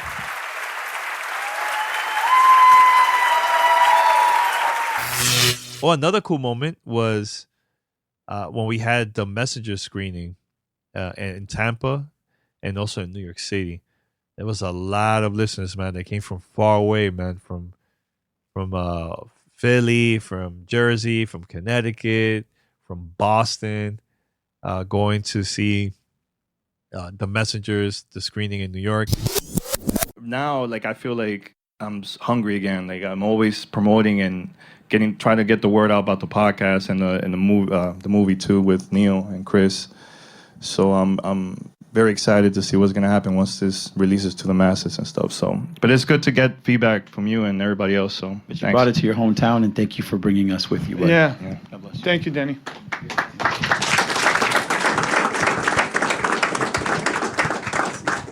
By the way, he came from all the way from Baltimore, Phoenix. Man, thank you so much. Yeah. One of our community members, man.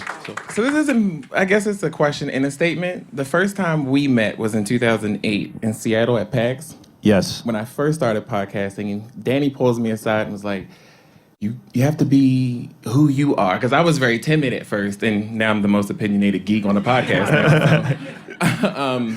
So, and then the second time was when you had my community vibes in Miami. Yeah, it's one of our parties, yeah. It was a blizzard back home in Baltimore. And this is the second time we met, and you opened your doors to me to stay with you or whatever I needed. You opened your doors. So I don't think I quite ever said thank you for that, but thank you. Because years later, that's you know, all good. But the next question would be is how has this experience made you three bond more as a unit?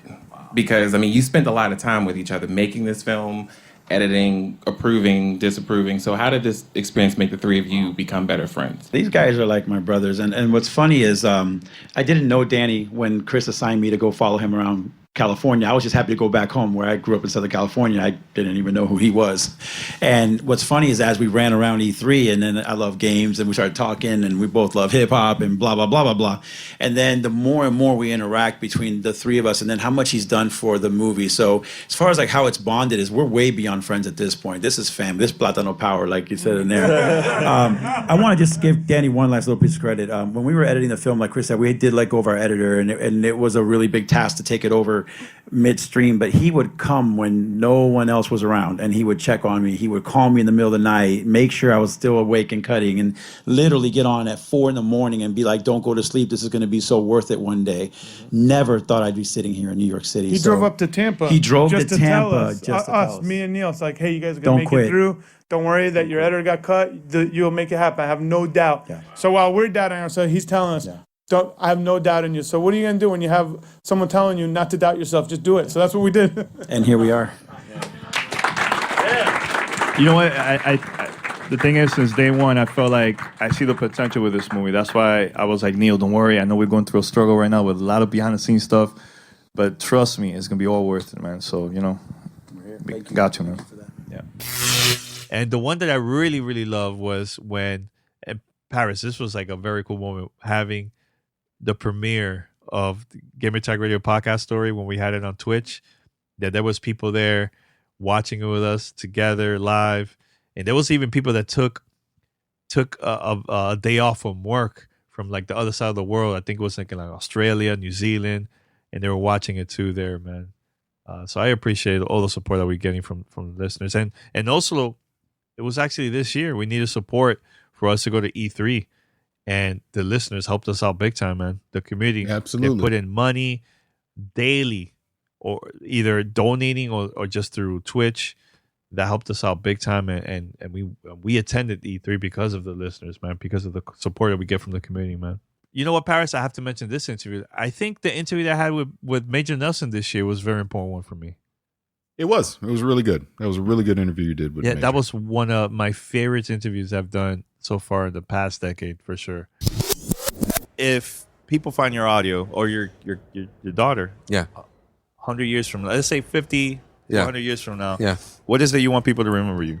I just want people to remember, thank you for the question. I want people to remember that I tried to bring a little enjoyment in their lives and show what it's like when a nerd geek like them gets the dream job at a massive company to work at a product that affects millions of lives. And being able to, every morning, Danny, and I said this in, I don't know if you ever watched the keynote I did at PAX Australia. It's on my YouTube channel. Oh, it's on YouTube? Okay. Yeah, I did the keynote. Because the number one question I get was always, how do I get your job? So I talk about that.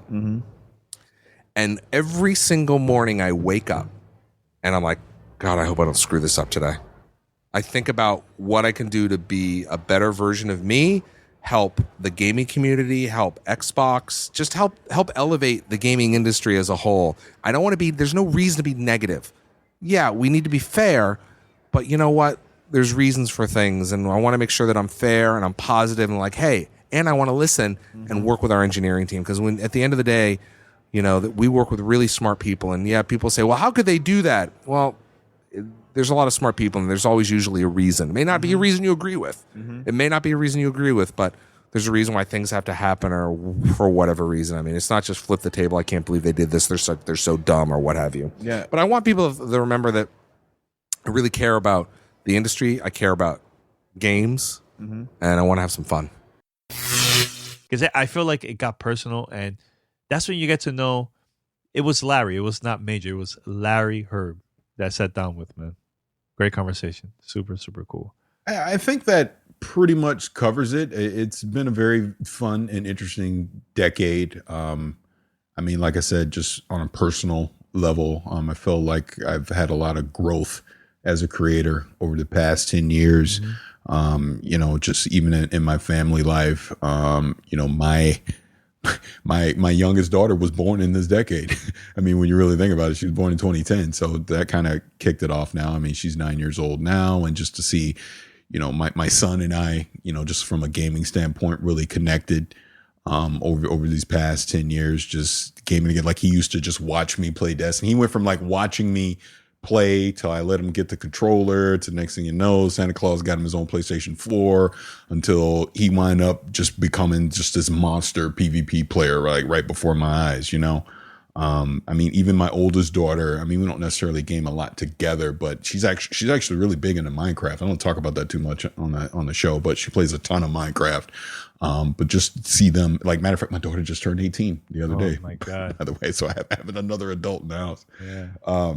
But yeah, it's been crazy 10 years, man. And it's been exciting. I mean, I owe a lot to this podcast and just the opportunities that it has presented to me and just the things that we've been able to do together. I mean, just again, on a more personal note, you know, you, Pete, Mandy, David, I mean, you know, we're all like family, man. We're literally family, like for real. Like, just, it's not even a question. If any of us were in need of something, we're all going to be there for each other. We all support each other. I mean, I'll even say, when I think about Mandy as an example, to just see how much she has grown over these past 10 years is amazing. You know, to see where she is today. You know, that's my little sister, man. You know, I love her to death. And it's just been a great journey, man. I mean, I know Pete's not on here with us right now, but you know, the journey that he's had over this past 10 years has been great. And obviously he'll be joining us again, you know, as his situation in life settles down, he'll be able to join us again on the podcast. But, you know, we're all brothers, man. We're all family. And that's the best thing that I can take from all of this. Like I said, is just how much you and all of them mean to me personally, and just the adventures and everything that we've been on together, you know, the good, bad, and the ugly. It's all been worth it. And hopefully we'll keep on doing it here in the next 10. Yeah, you know what I mean? definitely, man. And one thing that I noticed while digging up some of the older episodes, our voices has been changing throughout the years, man. Oh, my voice has changed a lot. I was tripping on that. My voice is a lot. I sound like a little kid. I was like, this little boy. Yeah. Yeah, that's crazy. It's crazy. Maybe I don't know what it is. Maybe because we're just getting older, I guess. I mean, I don't know, but or maybe I don't know. Could be that the reason, Paris? I mean, I don't know. Yeah, I don't know. I'm just old, I guess. I don't know. I don't know. Yeah, insane, man. And you know, thanks to everybody that's been listening to the show throughout the years. You know, some people will go take a break from GTR for a while and then come back and like, oh my God, you guys just threw in, and they stays listening to the show again. You know, also all the gaming companies that have been inviting us and they trust us to not only we'll get their reviews from like review copies of their games, but also trusting us to attend their events, man. Because easily they could say, nah, we don't want them to be part of this event at all. And a lot of companies have been inviting us throughout the years, man. Just giving it that opportunity, man. That's amazing. And shout out to them. Thank you so much, because that's another way for us to talk about it on our podcast and share that to like our listeners, you know. And you know, I know you guys been to Europe a couple times. I went to Stockholm for Star Wars, and again, like Paris, it was similar to the one from Anthem, that they just wanted feedback. It wasn't no interviews and nothing like that, you know. So just opportunities like that, I'll never forget it, man. Never forget it. Like last year was the year that I traveled the most out of the whole 15 years that I've been doing this. Last year was extremely crazy, traveling 2-3 times a month, different places, just to cover games for the podcast. And then going this past year to Dominican Republic and just speaking there in Spanish for the first time. It was very inspiring, man. I left there super, super inspired, man. El primer latino in the whole world. El primer latino en toda la historia. Y el único dominicano. Y el único dominicano.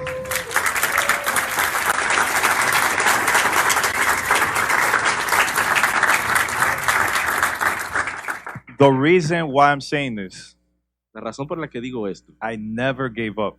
Never gave up. Nunca. You could do the same thing too. Ustedes pueden hacer lo mismo. Dreams do come true. Los sueños vuelven realidad. It all depends on you.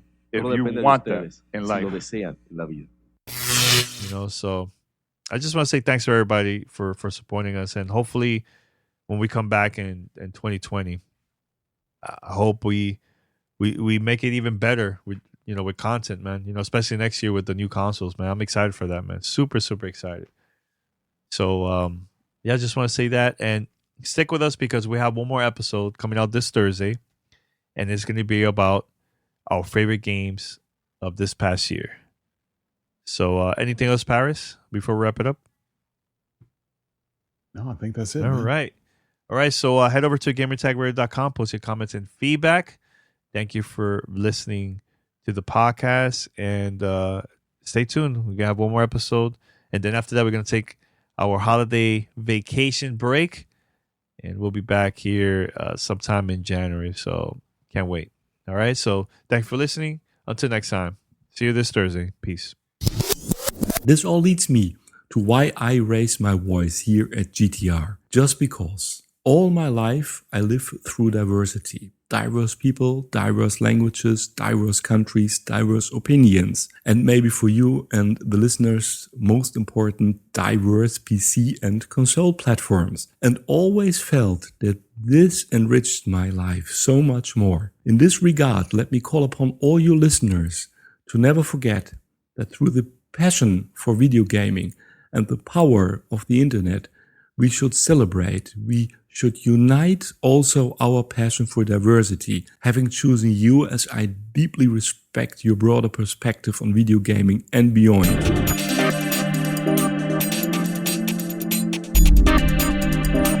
Thanks for listening to Gamertag Radio. Be sure to like us on Facebook and follow us on Twitter.